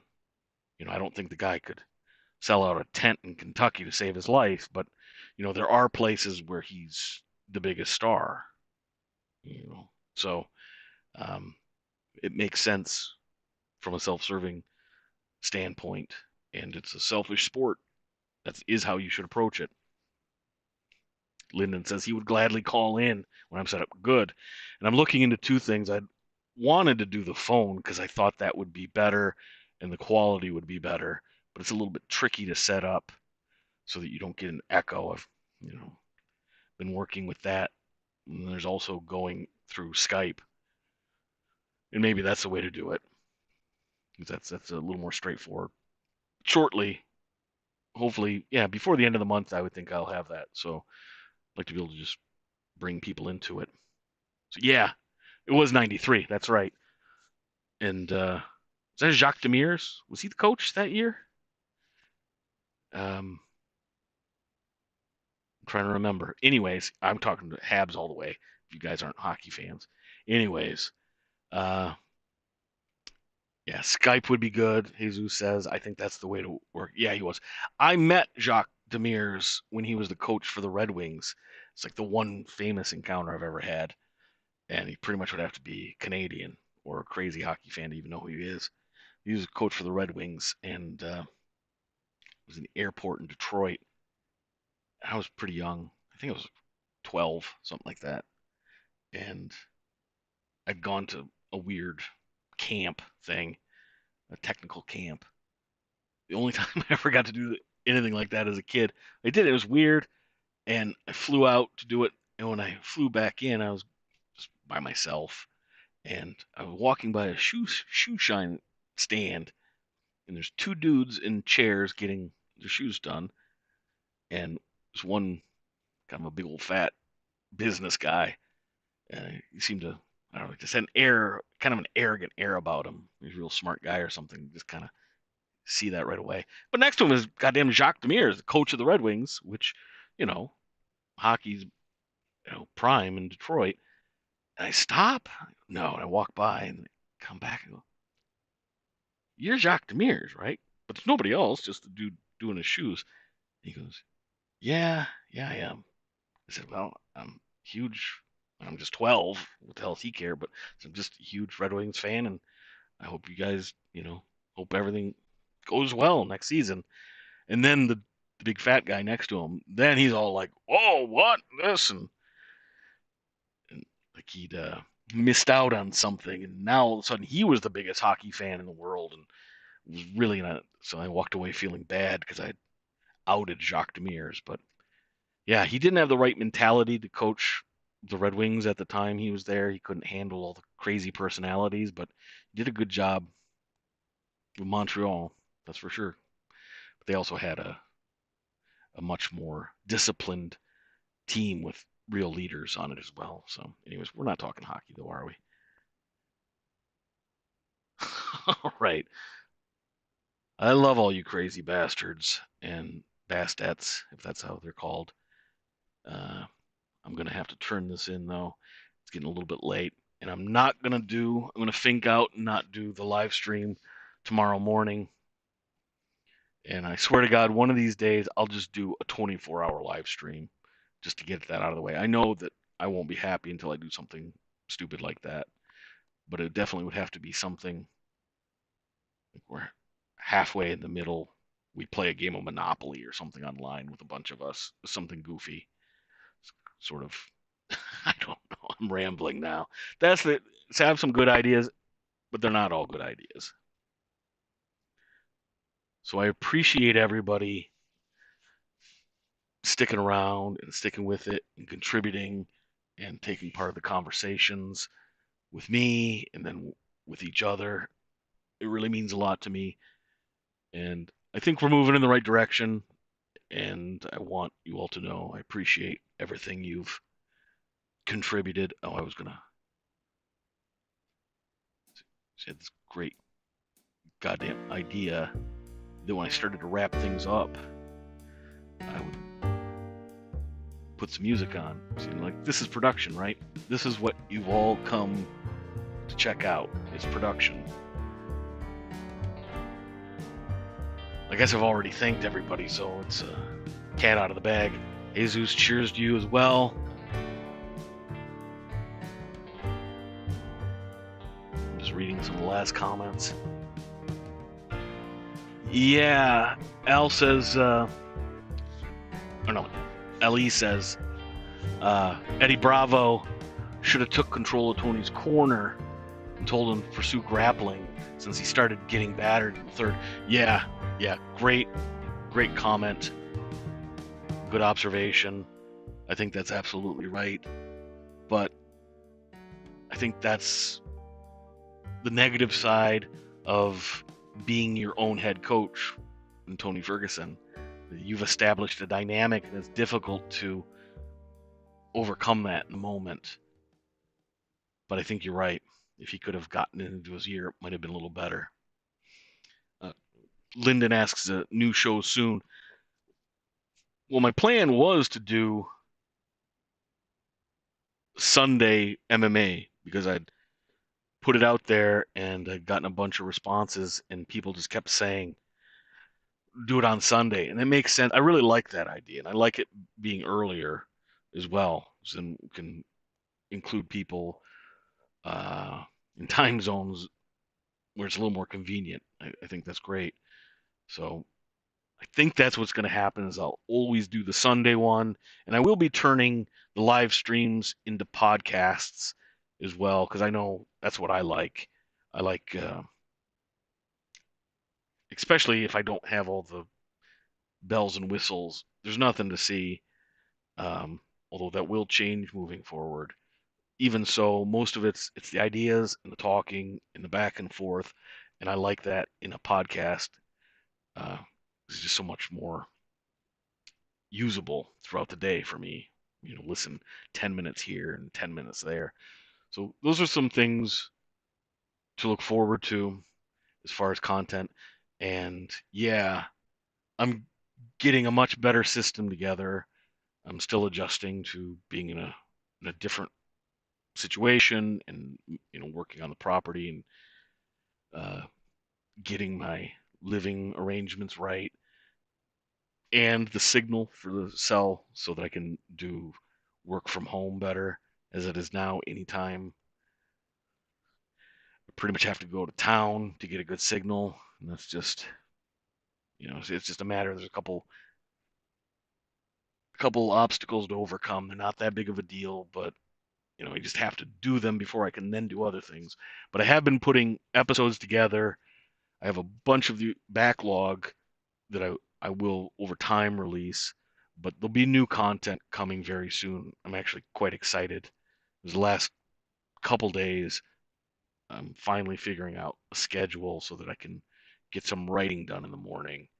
And when I do episodes, they're so heavy on the writing I do the research and I do the analysis, but it's really the framework is all. It's more like writing. Um, it's more like a combination of fiction, nonfiction. That's how I approach it. In fact, funny enough, um, one one of the episodes, it was the second of the three-part series on Joanna and Rose Namajunas. I think it was the second episode. It took me forever to do.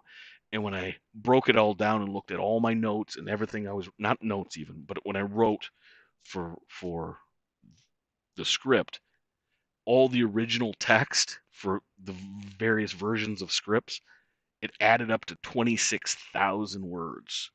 That's a small novel. That's a little bit more than a novella. Old Man in the Sea is something like 24,000 words or 22,000 words. I've never used a script that was more than 1,500 words. So if I'm not disciplined, I can put so much work in and get very little productivity out of it. So being in a new, still pretty new, it's only been a couple months that I've been up here full time on the property. So adjusting to some things and some very basic maintenance that has to be done and upgrades that have to be finished. But I've been making really good progress with episodes. And it's a scenario where once the dam breaks, it's just going to flow. And there'll be a couple episodes a week in a live stream and go from there. So, yeah, it's coming. Yeah, Lyndon. OCD. That's probably what it is. 26,000 words. Damn, you're OCD like me then. Yeah, I hadn't thought about it in that way, but that's probably it. Uh, the the Lost Clan says, I'm doing a good job with the vids. Really, oh, impressive and engaging. Good. I've was very hesitant with the live streams, especially because I think what I feel most comfortable doing is the analysis work and breaking things down and a lot of visuals. I'm mostly a visual person, and not having any of those elements, I just didn't. It would feel like breaking a bond or breaking trust with you. You're giving me your time and attention. So to not deliver something that pays off for you and for all of us, I hate that thought. So I was hesitant to do live streams, but it sort of became necessary if I was going to push forward with some of these things. So I appreciate the kind words. I also appreciate the criticisms, even the ridiculous ones. um,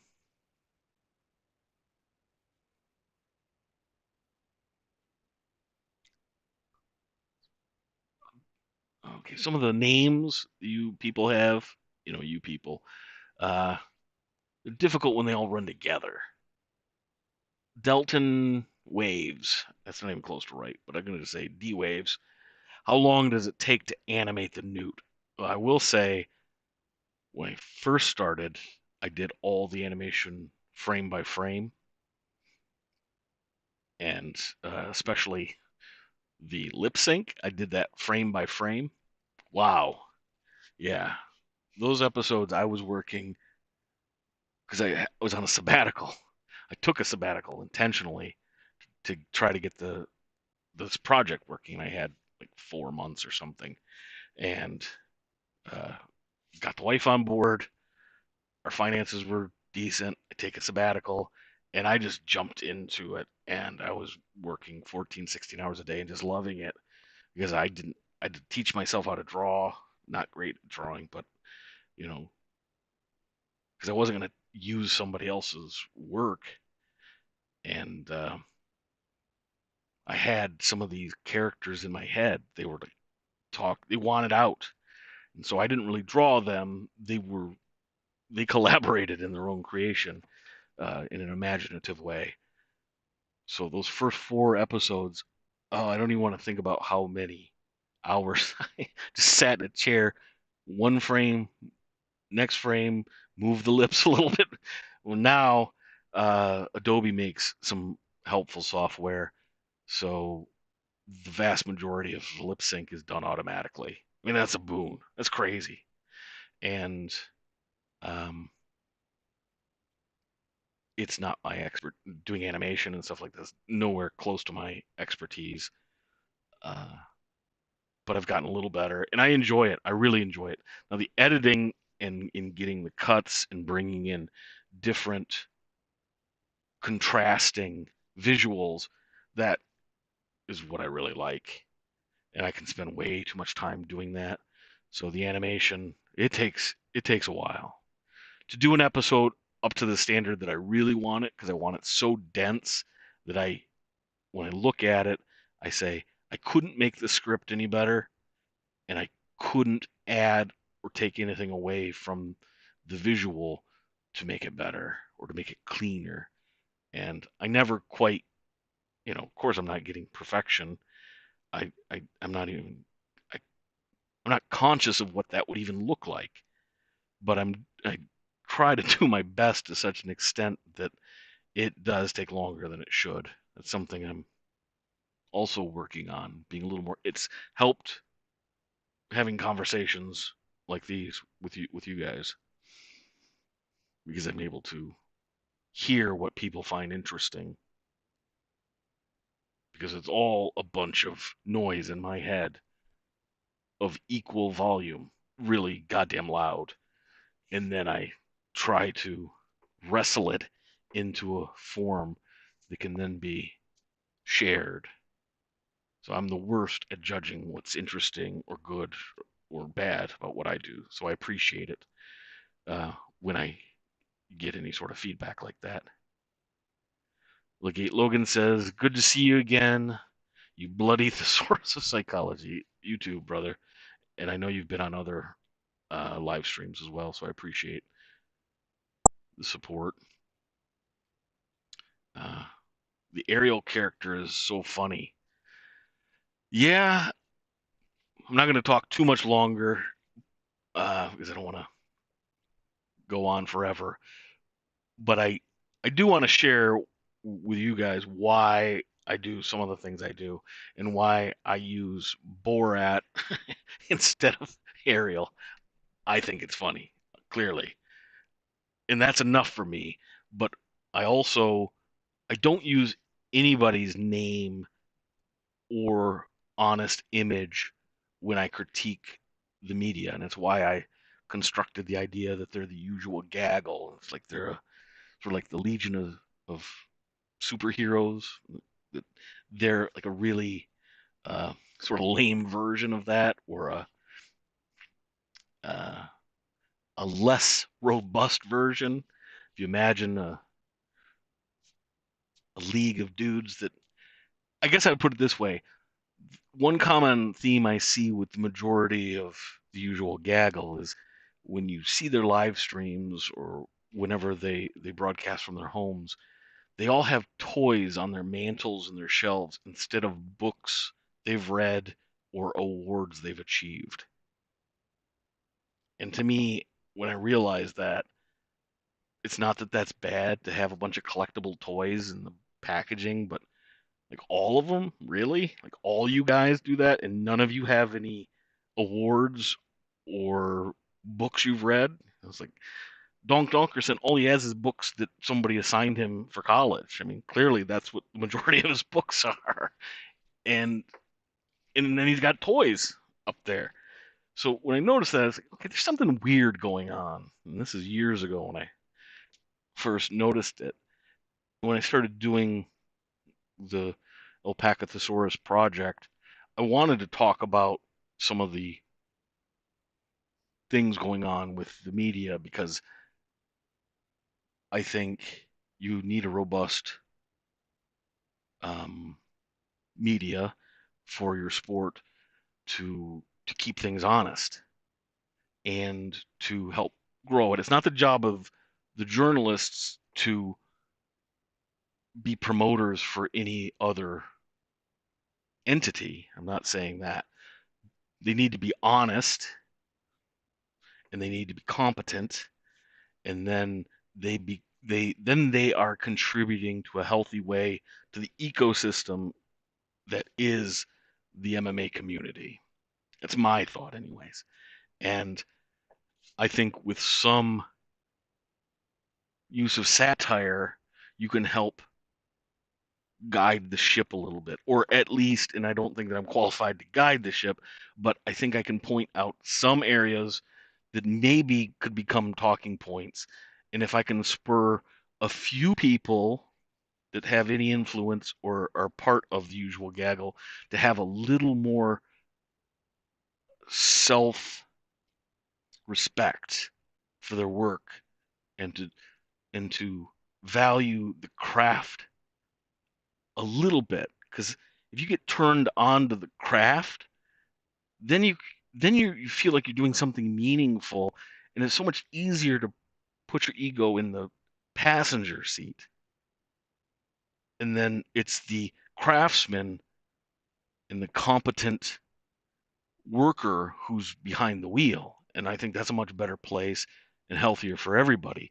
Then if as a body the media wants to criticize the UFC, people will take it as legitimate. But if this pandemic has taught us nothing else, is that nobody at all acquainted with MMA and the MMA media, nobody has any respect for their credibility as a body. And I didn't realize that that sentiment was so, I wouldn't even call it pervasive. It's almost absolute. And that doesn't mean that you can't like individual parts or even as a whole the media and be entertained by them. I certainly have been, but I was surprised. I was really surprised how almost completely that nobody listened to the caterwauling from the usual gaggle over the UFC's attempt to put on an event. And that doesn't mean that there weren't discussions that should happen, or that maybe even the UFC was in the wrong. But you can't even have that discussion if you don't have the credibility to bring up a topic and have people believe that you're operating in good faith. So the reason I don't use names is because it's not about an individual.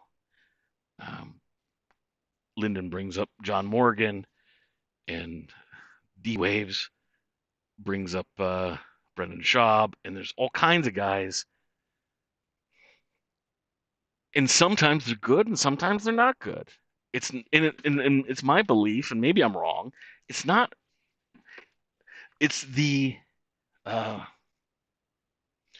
it's the community that I believe it's the community that created the rotten aspect rather than um, individuals being just incompetent or um, devious.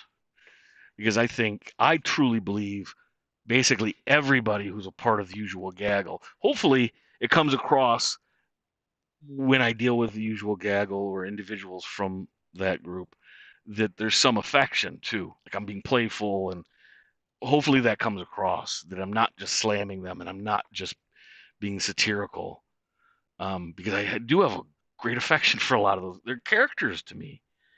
But I don't use their names because I don't want to offend them and I don't want to polarize anybody, whether it's an individual journalist or other fans, so that they feel like they have to pick a side. Because I don't want somebody to say, well, I like checking out, Alpaca's content, and I agree with some of his stuff, and sometimes he's entertaining, but I also like all these other people.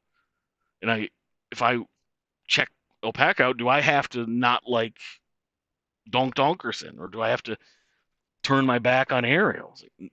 I never want to create that scenario, so that's why I've turned them all into actual characters because that's how I see them anyways. Except for Chuck Mundenhall. He's the only real journalist I know in the game, and he's a real great writer. And I don't know that I agree with everything he says. Who even cares? That's a stupid caveat. But I've never for a second thought the guy was lying, and I've never thought he was playing some goofy ass game. I mean, how many times did he pull the roundtable show out of the gutter and out of stupid conversations with one or two really insightful lines, and then would just be quiet the rest of the time? So yeah, that's why I approach the usual gaggle that way. So there you go. That's my thought. Hab says media seems obsessed with who's fighter X fighting next. Coverage is rarely about the fight itself, it seems. Yeah, there's all kinds of criticisms just like that, where the entire group, as an ensemble, they're all singing. You don't have a choir if everybody's singing the exact same note and same phrases. It becomes a choir when you do things that are complementary and you're building chords and you're working through scales, and it's a little more, it's the interactions in the not variables, but the intervals that become interesting, and you just don't have that when everybody is on the same page. And I can't think of really a single issue where there's division within the media. They all end up coming to the same conclusions, which isn't normal. And I think if I were to take any of them out individually, like if a group of us went out and we just grabbed one dude or one of they're not a whole lot of ladies, but one of the people from the usual gaggle and had beer and pizza and bowled with them, I'll bet there's all kinds of things that they don't agree with. But it's not the character of the individual that's shining through. It's, we talked about a little bit before, I think it's being projected by a handful within the media that are desperately trying to hang on to their power as gatekeepers, and then it's sort of infecting the entire institution. That's like, maybe I'm not right, but I think that. So JP says the nude is still live. Yeah, apparently I can't do a damn live stream unless I go 3.5 hours, and I'm at that mark now. So I love you guys, but you can't move in. Like, you don't have to go home, but you can't stay here, sort of thing. And I'm saying that to myself because I'm playing the wrap-up song a second time. That means before this is over, I got to be done, and I think it's like a minute and a half. So, Jesus says, good night, Alpaca. Gotta go. Me too, brother. Good night to everybody. It was a great card. We got another one on Wednesday.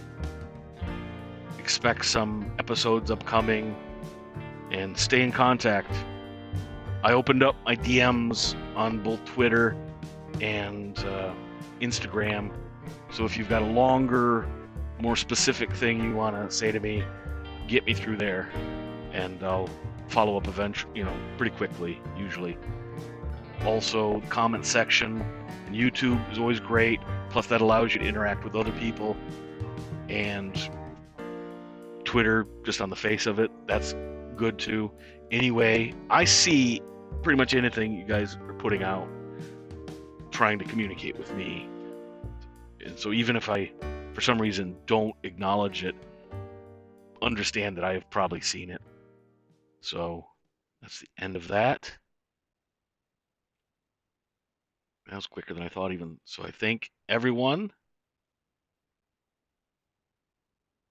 And I thought I had something else. Oh, there we go. Look at that. More production. And then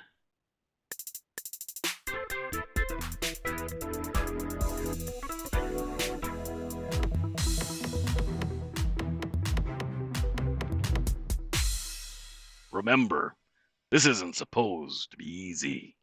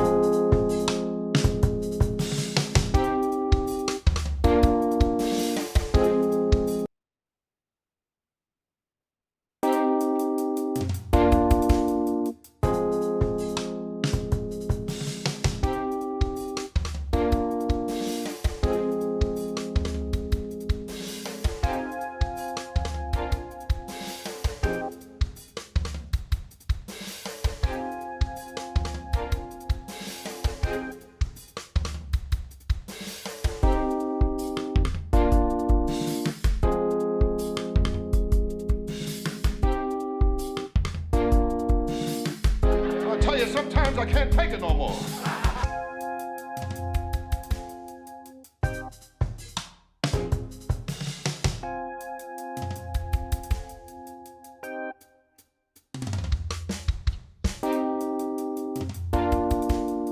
I don't know, I tell you, life isn't easy.